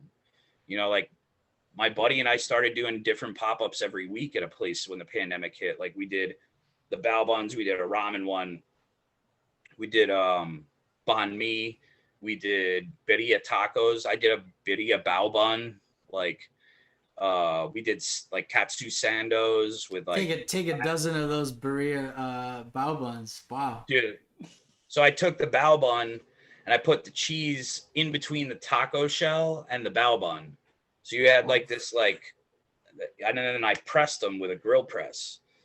So you had this like, really crispy taco on the outside and then the South bao bun in the middle. And of course, like a big cup of that broth to dip it in, But yeah, I mean, it's like a lot of it is just like you got to take a risk. Like, at this point, like, I want to make my food. Like I'm turning down offers to go run somebody else's kitchen because I don't want to make somebody else's food. Like, I don't give a shit if it's like, 120 grand, 150 grand sounds great. But like, I don't want to be the guy that wakes up every day hating his job. There's so many people in this country that wake up and they don't want to go to work. That is, yes. Like, I don't want to be that guy. I love how you put on there, and if not the most important takeaway from tonight, that idea of seeking out these symbiotic relationships. And we've hinted at that multiple times, but I think that those two words really sum it up. And when you would turn something down because you say, hey, I'm not your guy for this. This is awesome, but this isn't going to work for both of us. And seeking out those symbiotic relationships, especially in our industry, and being truthful with ourselves and what we want to do and what we're capable of. It sounds like seeking out those relationships where both parties are winning, both parties are happy with the decision, that has really brought you a lot of, success and, maybe some happiness as well.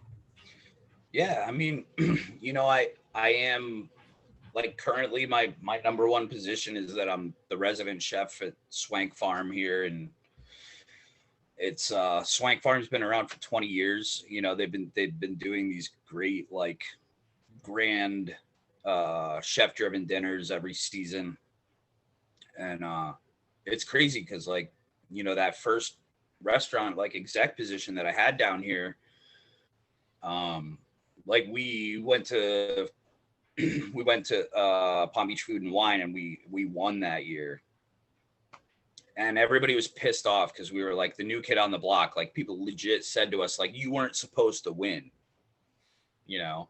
And I remember meeting all these different chefs, and like, then I would see like them being invited to go and do these dinners, and I was like, fuck, like, what does it take to just get asked to go cook on the farm? Like, why doesn't somebody ask me to go cook on the farm? And then it was like 4 years later when I got asked to do my first dinner, and then this year, like, here I am, like, I still am like blown away. Like, here I am, I'm the guy that runs every event, like I get to cook at each one of these, which is awesome because I get to challenge myself with a different concept, and I get to like work with, whatever produce is coming right off the farm that morning. And I get to invite chefs that like either I've cooked with or that I want to cook with to come out and share in this experience. And again, it's like, that's it too, is like, I wouldn't be where I am. I wouldn't have the opportunity that I have right now if I hadn't just been willing to kind of like stick my neck out. And like, whether it's like, I met Swank Farm at the farmer's market. Like I used to go and buy stuff for the restaurant at the farmer's market. And I would always like introduce myself and talk about like what I was doing with their products. And like, eventually my name stuck in their head, to the point that like they reached out to me and asked me to do something with them, but yeah, it's like sometimes it's just about like, dude, like some of the chefs that I've been able to go and stage with or whatever, like that I'm able to get in and do some of these dinners. It's like, sometimes just dropping them a message on Instagram, like you never know. Like maybe maybe they're not going to read it. Maybe, maybe they've got 20,000 followers and like, you're going to get lost in the requests, or maybe they're going to open it up and reply to you and something's going to happen, like, as dumb and cliche as it sounds, it's like, you can't win if you don't play, Yes. And it is like, you got to hustle, like, today, like, it's funny, like I told you about the caviar thing and like making that couple $100 and be like, damn, like that was a come up, but it's like all the shit that I used to do in my days of hustling and like, hustling the wrong shit for the wrong reasons to get to the wrong place. Like I can apply all of that knowledge in my life today, like the game hasn't changed. It's just a product, like I'm pushing different product, but like the hustle's still the same, Right. There's that famous saying, and I'm probably going to butcher that Anthony Bourdain says, but it's like, the best sous chef is, a guy who has a criminal, mind and amazing techniques and skills.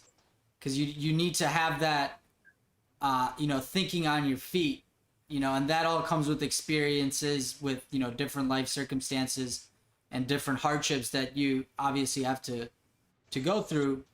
But that is all what carves, your unique story and your personality and your character and your food. And obviously, as a chef, we get to taste all of that. And, the better the story, the tastier the food usually tastes. Yeah. Yeah. So, and it's been an amazing, beautiful story that you've got to share with us of, where you started and, all your hardships and, all the things that, got you motivated again, and all these opportunities and symbiotic relationships that you've created. And that's really what makes a great chef, because you can cook the best food in the world and you can charge whatever price you want, but if nobody knows you and nobody's coming to eat there, it's there's no sustainable future for that So, Yeah. and I think you do an amazing job of, showcasing that, doing these little things, and waking up every day and going to hustle and making these connections and making them meaningful, to where, you don't know where 4 years down the line that connection that you made meaningful and the people remembered you is coming back, and now you're reaping, the benefits of that 2-3 minute conversation that you had every week at the farmers market, or every day. And just being able to hear you share like all these ideas, and how you build these connections, and the true hustle that it takes to be where you are and put yourself in the shoes that you are, where you're able to say, hey, I'm not going to take this job, it doesn't meet my goals, and what I want to do. I want to cook my own food, and I'm going to do it my way.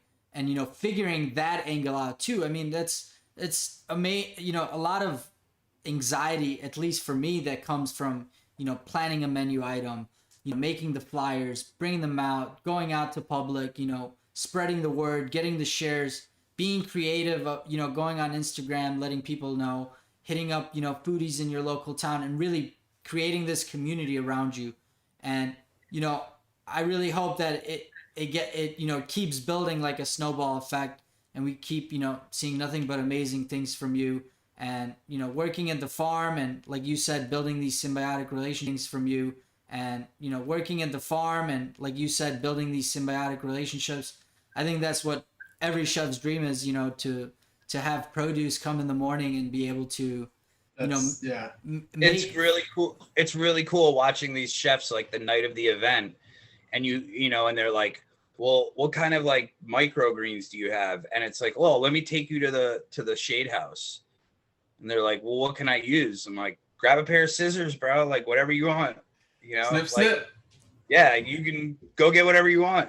Like, oh, I can use this. Like, yeah, legit, dude, anything that you want, because there's a lot of chefs that have never had that opportunity, And I bet you get to utilize a lot more of the plant since you're right there, whether it's, fennel fronds when the fennel is still not ready, or, dill blossoms, and just really unique things that might not end up, on the purveyor's truck, because there's no, it can't last that long.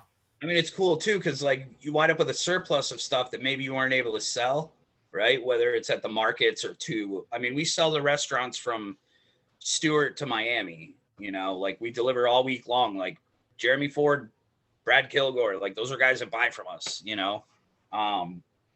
but like you got a bunch of something left over, and it's like, it's cool because again, then that like mentality kicks in. It's like, well, what do I do with this? Like, how do I turn this into money? What kind of jam am I making today? Right. And like chefs are already used to doing that. It's like, okay, well, I got 2 cases of 5x6 tomatoes. Like, I got to figure out something to do, But yeah, it's cool because it's like now I have like, I walk into the walk-in and I have a whole shelf that's all like pickled stuff.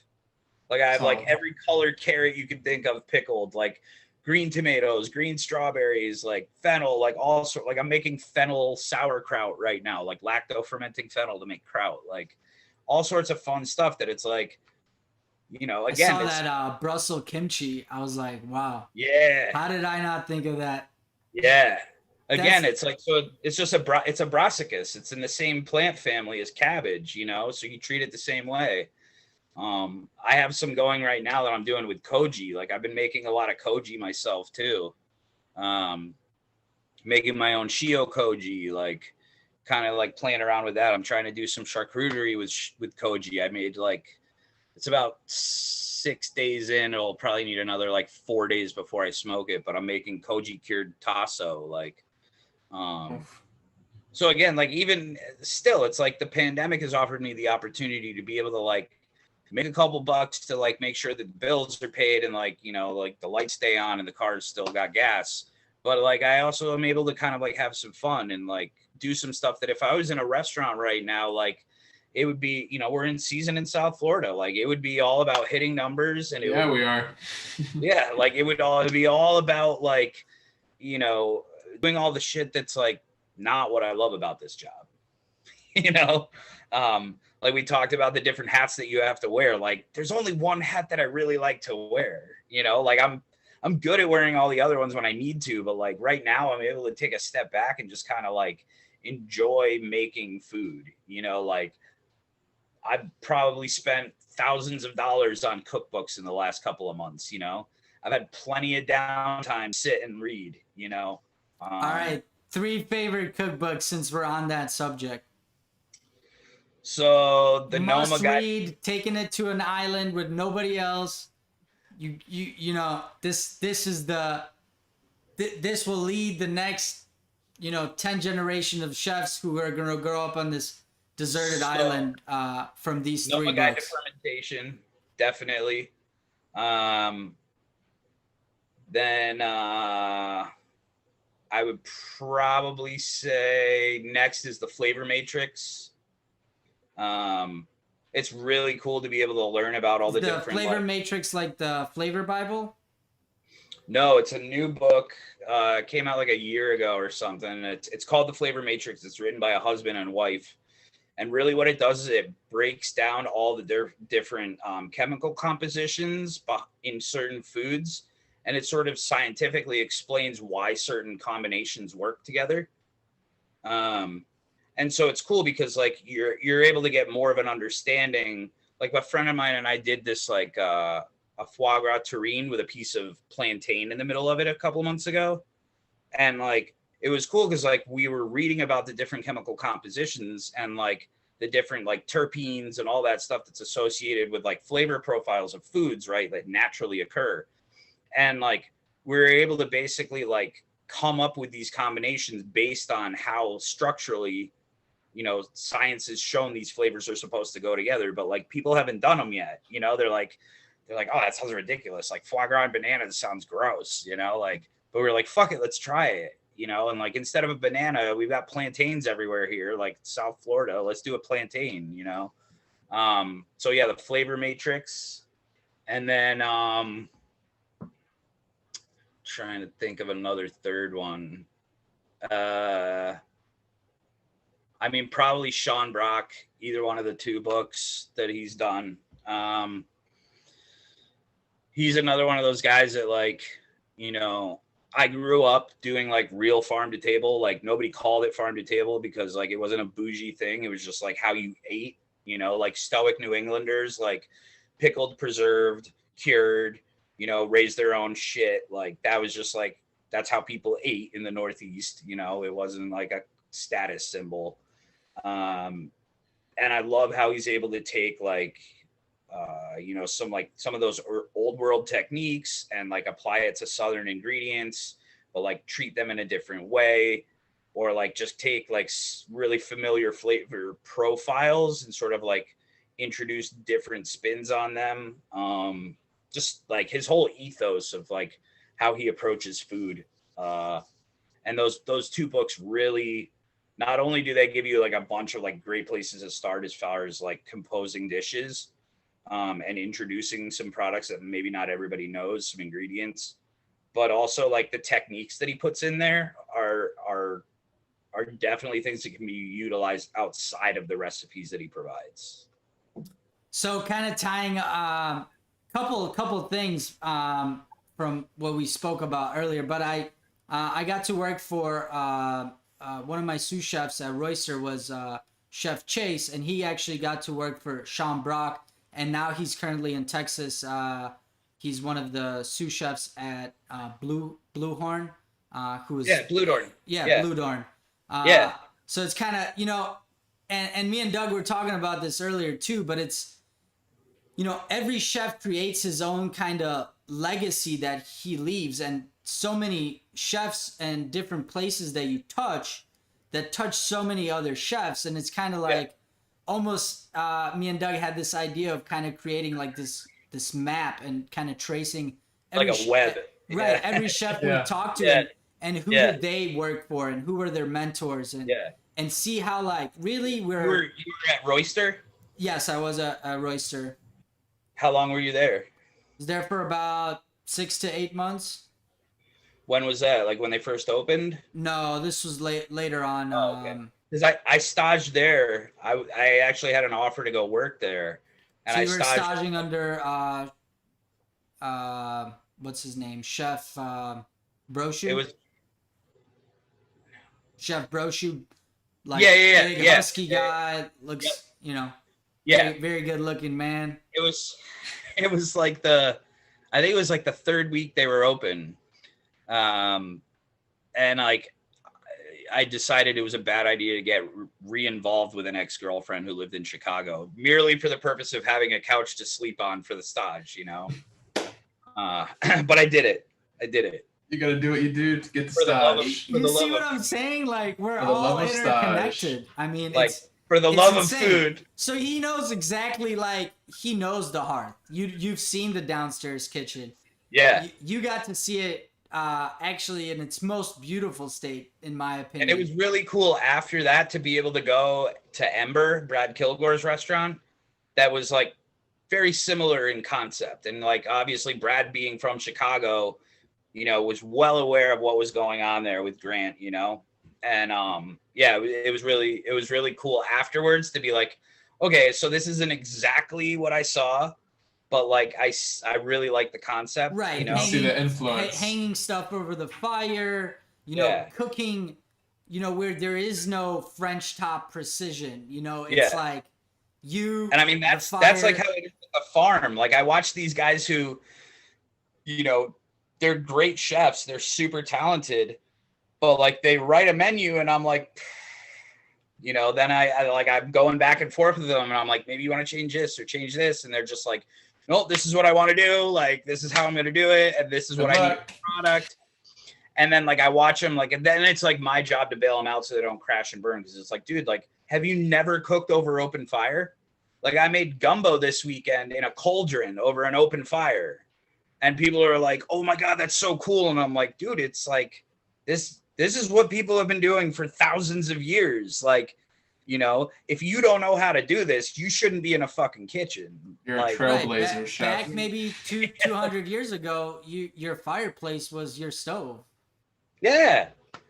Like I grew up, my parents used to bake bread every morning in a wood stove. Like it's funny to see how like things come like full circle, and now like some of those things that everybody was like, we've moved so far away from, it's like, you're using your fucking maltodextrin tapioca to make this and your fucking sodium alginate to make this, and it's like, yeah, but can you fucking bake a loaf of bread? Like, can you grill a steak on an open flame? Like, and I will have to tell you that 90% of the people that walk into kitchens like that, have a hard time, and there's a big learning curve. I mean, the first 2 weeks, I could not breathe in that kitchen. I would, there's just your prep list is blowing like your nose after service, and it's just like fucking black boogers. You're like, what is that? Yeah. Yes, the emptying the coal bag into a deep hotel pan to put under your fire, and then you're feeding it throughout the night. Yes, that. Yeah. Definitely walking out with some, like you were a shift in the coal mine. And you learn that things get really, really hot. Like there's no touch a few things that you never touch again. So we did have a pretty crazy story, and I hope we're gonna get this guest chef on. But there was an incident at Royster where they somebody put hot oil on the fire, and when you have hot oil, you don't really see that pan is full of oil, and somebody pulled it back and burnt their entire forearm during service. So that things, you really gotta stay focused and pay attention in those. I saw a guy in New York go up to his elbow into a deep fryer. That was yikes. Yeah. How do you deal with that? Their eyes like. Well, the guy was an illegal immigrant. We were like working in it was a restaurant that had like, it was like a speakeasy. We were in the basement of another restaurant, like super VIP. And like to one of the places where like, there was a guy with a clipboard standing next to like, the bathroom, but it wasn't really a bathroom. It was a staircase that went into this restaurant. Like, so we were like trying to figure out how to get the guy out of there, like trying to convince him to go to the hospital, and he like wouldn't go to the hospital. He was bullshitting with his buddy, leaning on the side of the fryer, and like slipped and just went right into his elbow. And we're like trying to convince this guy, like, dude, it doesn't matter that you don't have papers. It doesn't matter that you've got a couple beers in you. Like, you need to get your arm looked at, you know? We wound up having to call a car service, like black car service, to take him to the hospital. The GM wound up taking him to the hospital with him. But it was like 45 minutes. Like the guy's like, just like, you know, taking plastic wrap and ice cubes and like burn cream and making a concoction and like wrapping it on his arm, putting a towel on it. And he was like, it's good. It's good. And we're like, no, dude, your arm is like really bad. Like, Yeah, like that's not good. There's No, no like- way. Because the blisters also, you know, once you dip it in oil, and I've had a lamb shank fall on my arm with Moroccan barbecue sauce straight out of the oh, yeah. 550-degree oven. Yeah. And, you know, I take first initial thing is take my towel and wipe my forearm. Wipe it off. And wipe There the, goes your skin, wipe the yeah. first blister off. And then I'm like, ooh. And then Now the you got second like blister you starting got to form. fuzzies all over that pesky second layer of skin, you know? It was so bad, but I manned up and, you know, finished service, and I had like the GM and the chef like, sure you don't need to go home. And I'm like, bro, just this, you asking me that is irritating me more. But, Yeah. but if I dipped my hand entirely in the deep fryer, I would be like, yo, you The guys can smell handle was this. horrible. Oh my goodness. Not to mention, it was I the can only imagine. deep fryer in the kitchen, so like we were down a deep fryer halfway through service. You know? Yeah, how do you you know, change oil mid-service? Because Oh, like we had to just shut it off. There was nothing we could do. You know, like you're not deep frying anything for the rest of the night. Like, God, yeah. My goodness. Can't imagine, but we, you know, that's the cool thing we get to take away too, is all these, you know, horror stories generally, and you know how, you know, back to that, we're all really part of this big industry, but once you're in it long enough, you're like, we're Yeah, a it gets really small. small industry. yeah. So going on that subject, kind of starting to wrap things up, and I love where the conversation's going, and we'd love to bring you back. I think we can, you know, dabble your brain a little bit more and squeeze a little bit more knowledge and information than we have for this beautiful hour and a half today. But I, you know, going through, kind of reflecting on what we've talked about, I have, you know, these two questions that I want to start asking all our chefs that we bring on the pod. So one would being, what was one dish that had so many steps and had so much prep that every person that had that dish on the line, or what, you know, whatever restaurant that was at, just like was like, wow, I hate that dish, even though it was, you know, an incredible dish, you know, amazingly composed, but it's just like the pickup was too long, the prep was too long, so tedious. You would go to sleep, wake up, and you're like, oh man, I have to prep 30 of these again.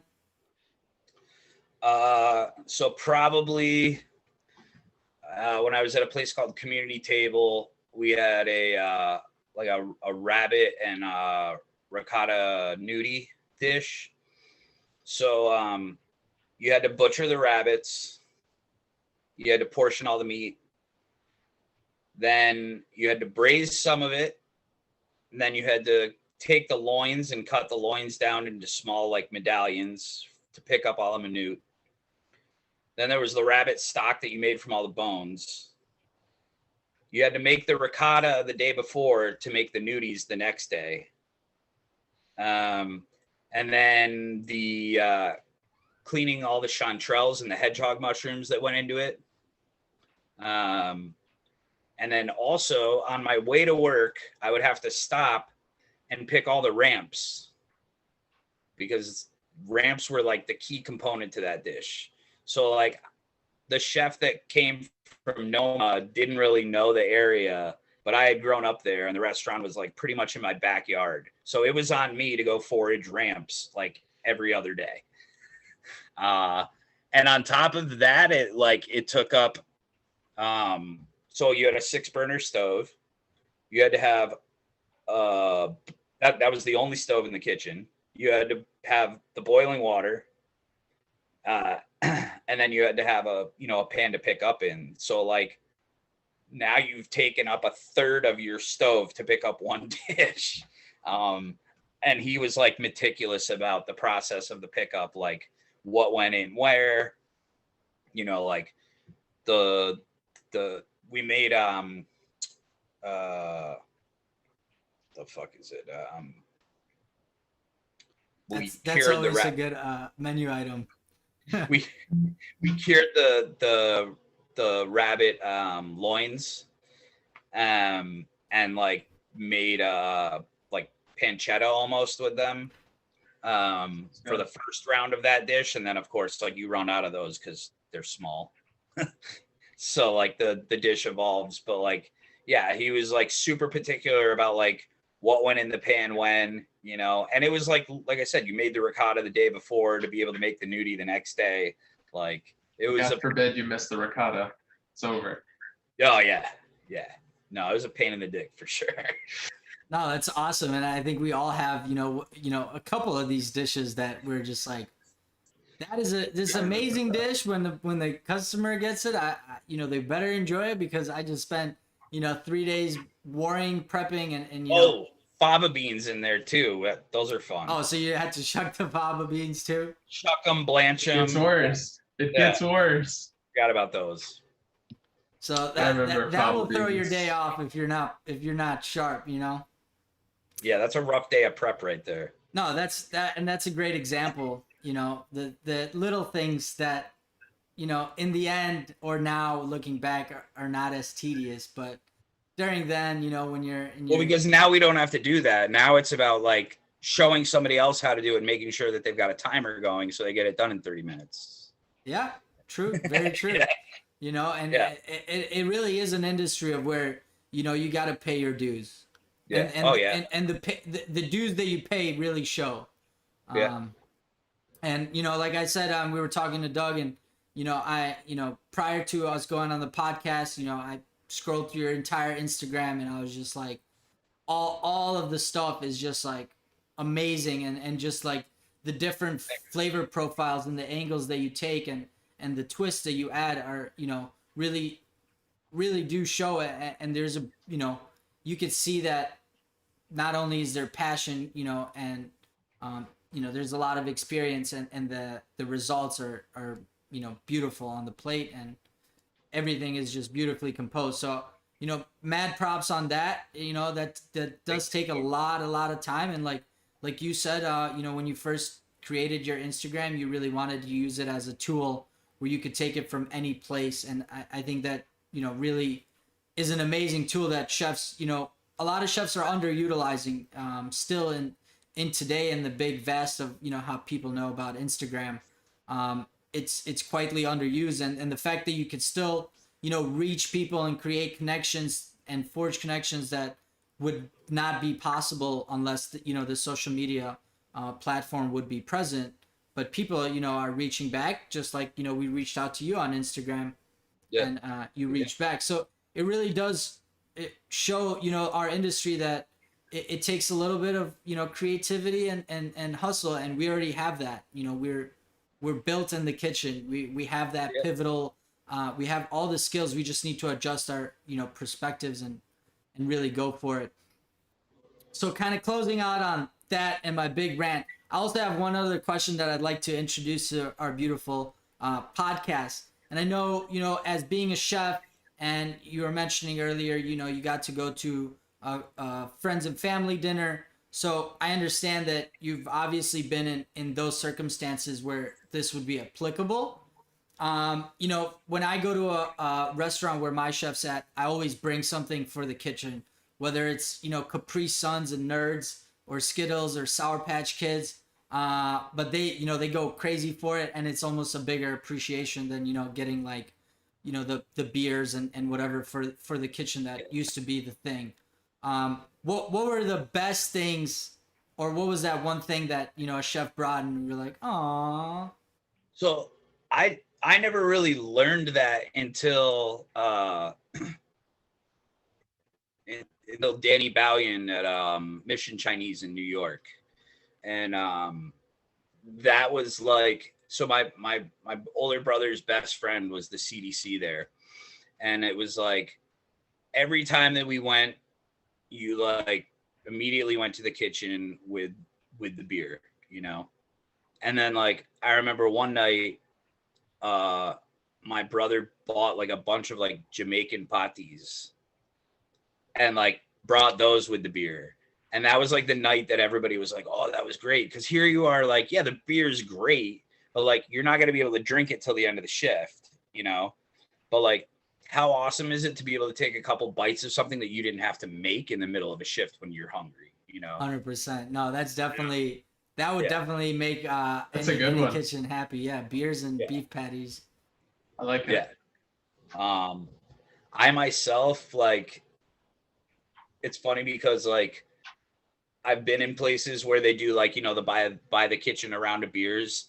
And it's really funny because like, you know, I always tell my guys, like, I don't care what you guys do outside of the kitchen, like as long as it doesn't affect your work here, you know. And just because like I don't drink or smoke weed or whatever, like doesn't mean that I haven't been around the block. And like, you know, as long as you don't care what I don't do, I don't care what you do, is like we just don't allow it to affect our work, you know. And it's funny because like a couple of times like we had that buy the kitchen around or whatever, and like at one point I had like probably like 30 of them stacked up on a clipboard in my office, and I like went to the GM and I was like, dude, like I just realized none of the guys in the kitchen drink. And he was like, wait, what? And I was like, yeah, I mean, like so and so smokes weed and this guy smokes weed, but like nobody drank. Like not the dishwasher, none of the line cooks, not the sous chef, like. And I was like, dude, like just give them to the servers. And he was like, okay, you know. And it like dawned on me at that point. I was like, man, like it's kind of a kick in the balls to watch those tickets build up, you know. And it's like people are making these gestures like with good intentions, like buying the kitchen a round of beers, not knowing that nobody back there drinks, you know. Like how weird is that, you know? And then at the same time, to the guys that like, you know, at the end of the night, they're scrubbing their stations down and they're, you know, packing everything up or whatever. And it's like doing their deep cleans. And it's like, well, I guess I can give you a soda at the end of your shift, but that's not quite as gratifying as a beer would be, but like nobody drinks, you know? Soda's still great at the end of I mean, I'm a sucker for leftover anything from the bar. I was usually, you know, I'd call a shotgun on the ginger ale that was left over from somebody's Moscow mule that, you know, they didn't pour into the cocktail Yeah. or whatnot. Well, so what we came up with was like we decided that every time that somebody bought a round of drinks, you know, or I think it was like $15 to buy the kitchen a round of beers or whatever, you know. We put that $15 into a separate like till basically. And what we would do is like Saturdays and Sundays we did brunch service open right through until dinner service. Like we didn't close down. So what we would do is we would order takeout from somewhere with that money. So like everybody stopped what they were doing and we had like a real like family meal. Like so the kitchen staff and the front of the house staff that was working doubles would sit down in the dining room for like 35 minutes, like, and you like, I would tell everybody like, you know, you have 5 minutes to complete your task. Like, don't leave anything in the oven. Don't leave anything on the stove. Like everybody's going to put their knives down. We're going to go sit down for 35 minutes together as a family. And that's where that money got reallocated to. And that was cool. You know, I mean, I don't know how it would fly in some of the kitchens where the cooks really want that drink at the end of the night, you know, or need it, you know. Like, but, God damn it, Jimmy, can't you just stop having the beer? We want some takeout. Yeah, like, you know, or the one guy that was like, you know, eventually we did have one guy, a dishwasher that did drink. And like somebody was like, well, should we just give, you know, Ronaldo like the round of, and I was like, dude, I don't think the 60-year-old Ecuadorian dude needs like a round of beers every night. Like, yeah. I love it. Again, another, you know, pivot in the right direction and, you know, figuring out and making that symbiotic relationship. So, you know, developing something that works for everybody involved. Right. Yeah. And as a leader, I think you saw the situation, you assessed it, and then you adjusted it to, you know, the rest of the people. And I think doing that, that's incredible because nobody wants to think about making staff meal on a brunch day, you know? Oh yeah. We used to get hit with the Sunday brunch leftovers where they, you're not Yeah. gonna serve them on Monday. So we had every Sunday I would make like a Cinnabon bacon hash brown sandwich and just like With smother scrambled it egg. in like the Yeah. leftover like Yeah. by service. I was like, wow, that's a bad idea. And then come next Yeah. Sunday, it's like the same set of food, right? So there's only so many compositions you could, creatively think outside the box, but I mean, the cool thing too is that it allowed us that 30 minutes of just being able to sit, and like talk about, sometimes there were things that we needed to address like before the next service, or maybe something really went down that fucking shouldn't have happened, or maybe something went really well, but it was an opportunity for everybody to kind of like be at the table, to sit down, to enjoy a meal, and just kind of like have that brief moment of pause to kind of like collect ourselves before we went and did it all over again, and like people think about 9-to-5ers have what, like a 30-minute lunch break and 5-minute breaks every 45 minutes or whatever. We don't get that shit, like if you don't smoke cigarettes, like good luck fucking getting a break, Story of my life. Yeah. You should start. No, just kidding. Yeah, right. No, it's definitely a culinary. I think probably a lot of people in the industry may have actually taken up cigarettes because of that.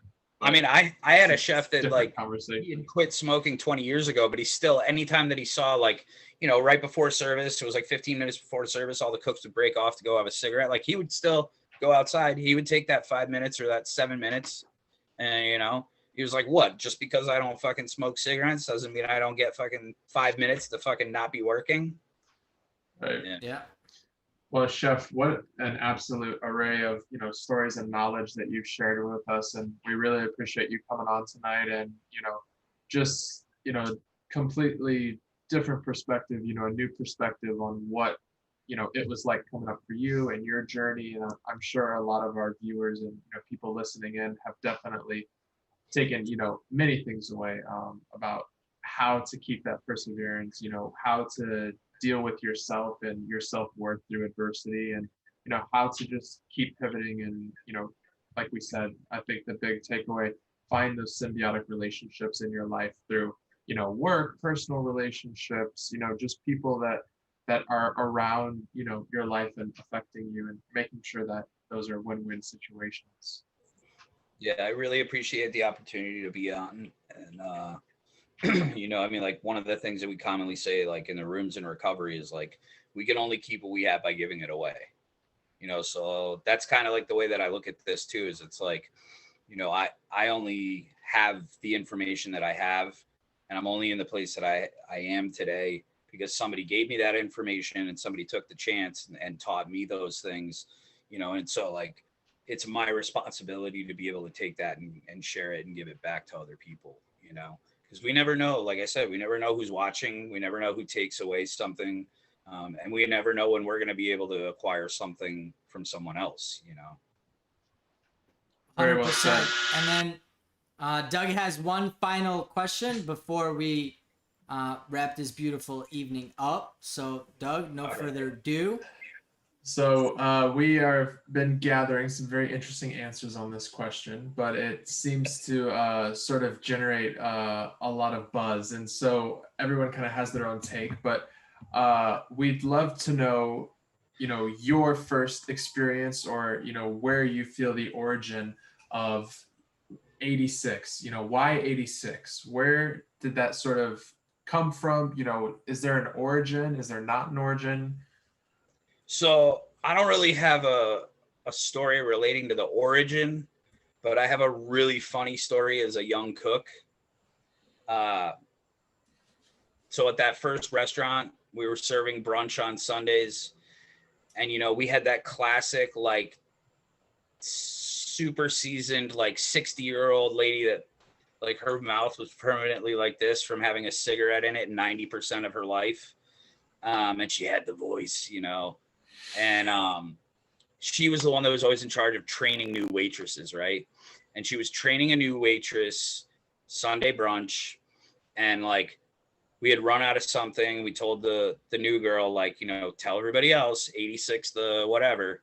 And like she came around the corner by the coffee station and she goes to the older lady. She was like 36 the breakfast special. And like the old lady like turned around and was like, "Huh, you mean 86? These are 36." That's amazing. Oh, that. Oh, the image. The image.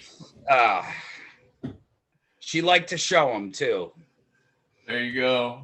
Well, Nobody Chef, wanted to see them, but she was willing. Nobody else was. yeah. Morale booster. Yeah.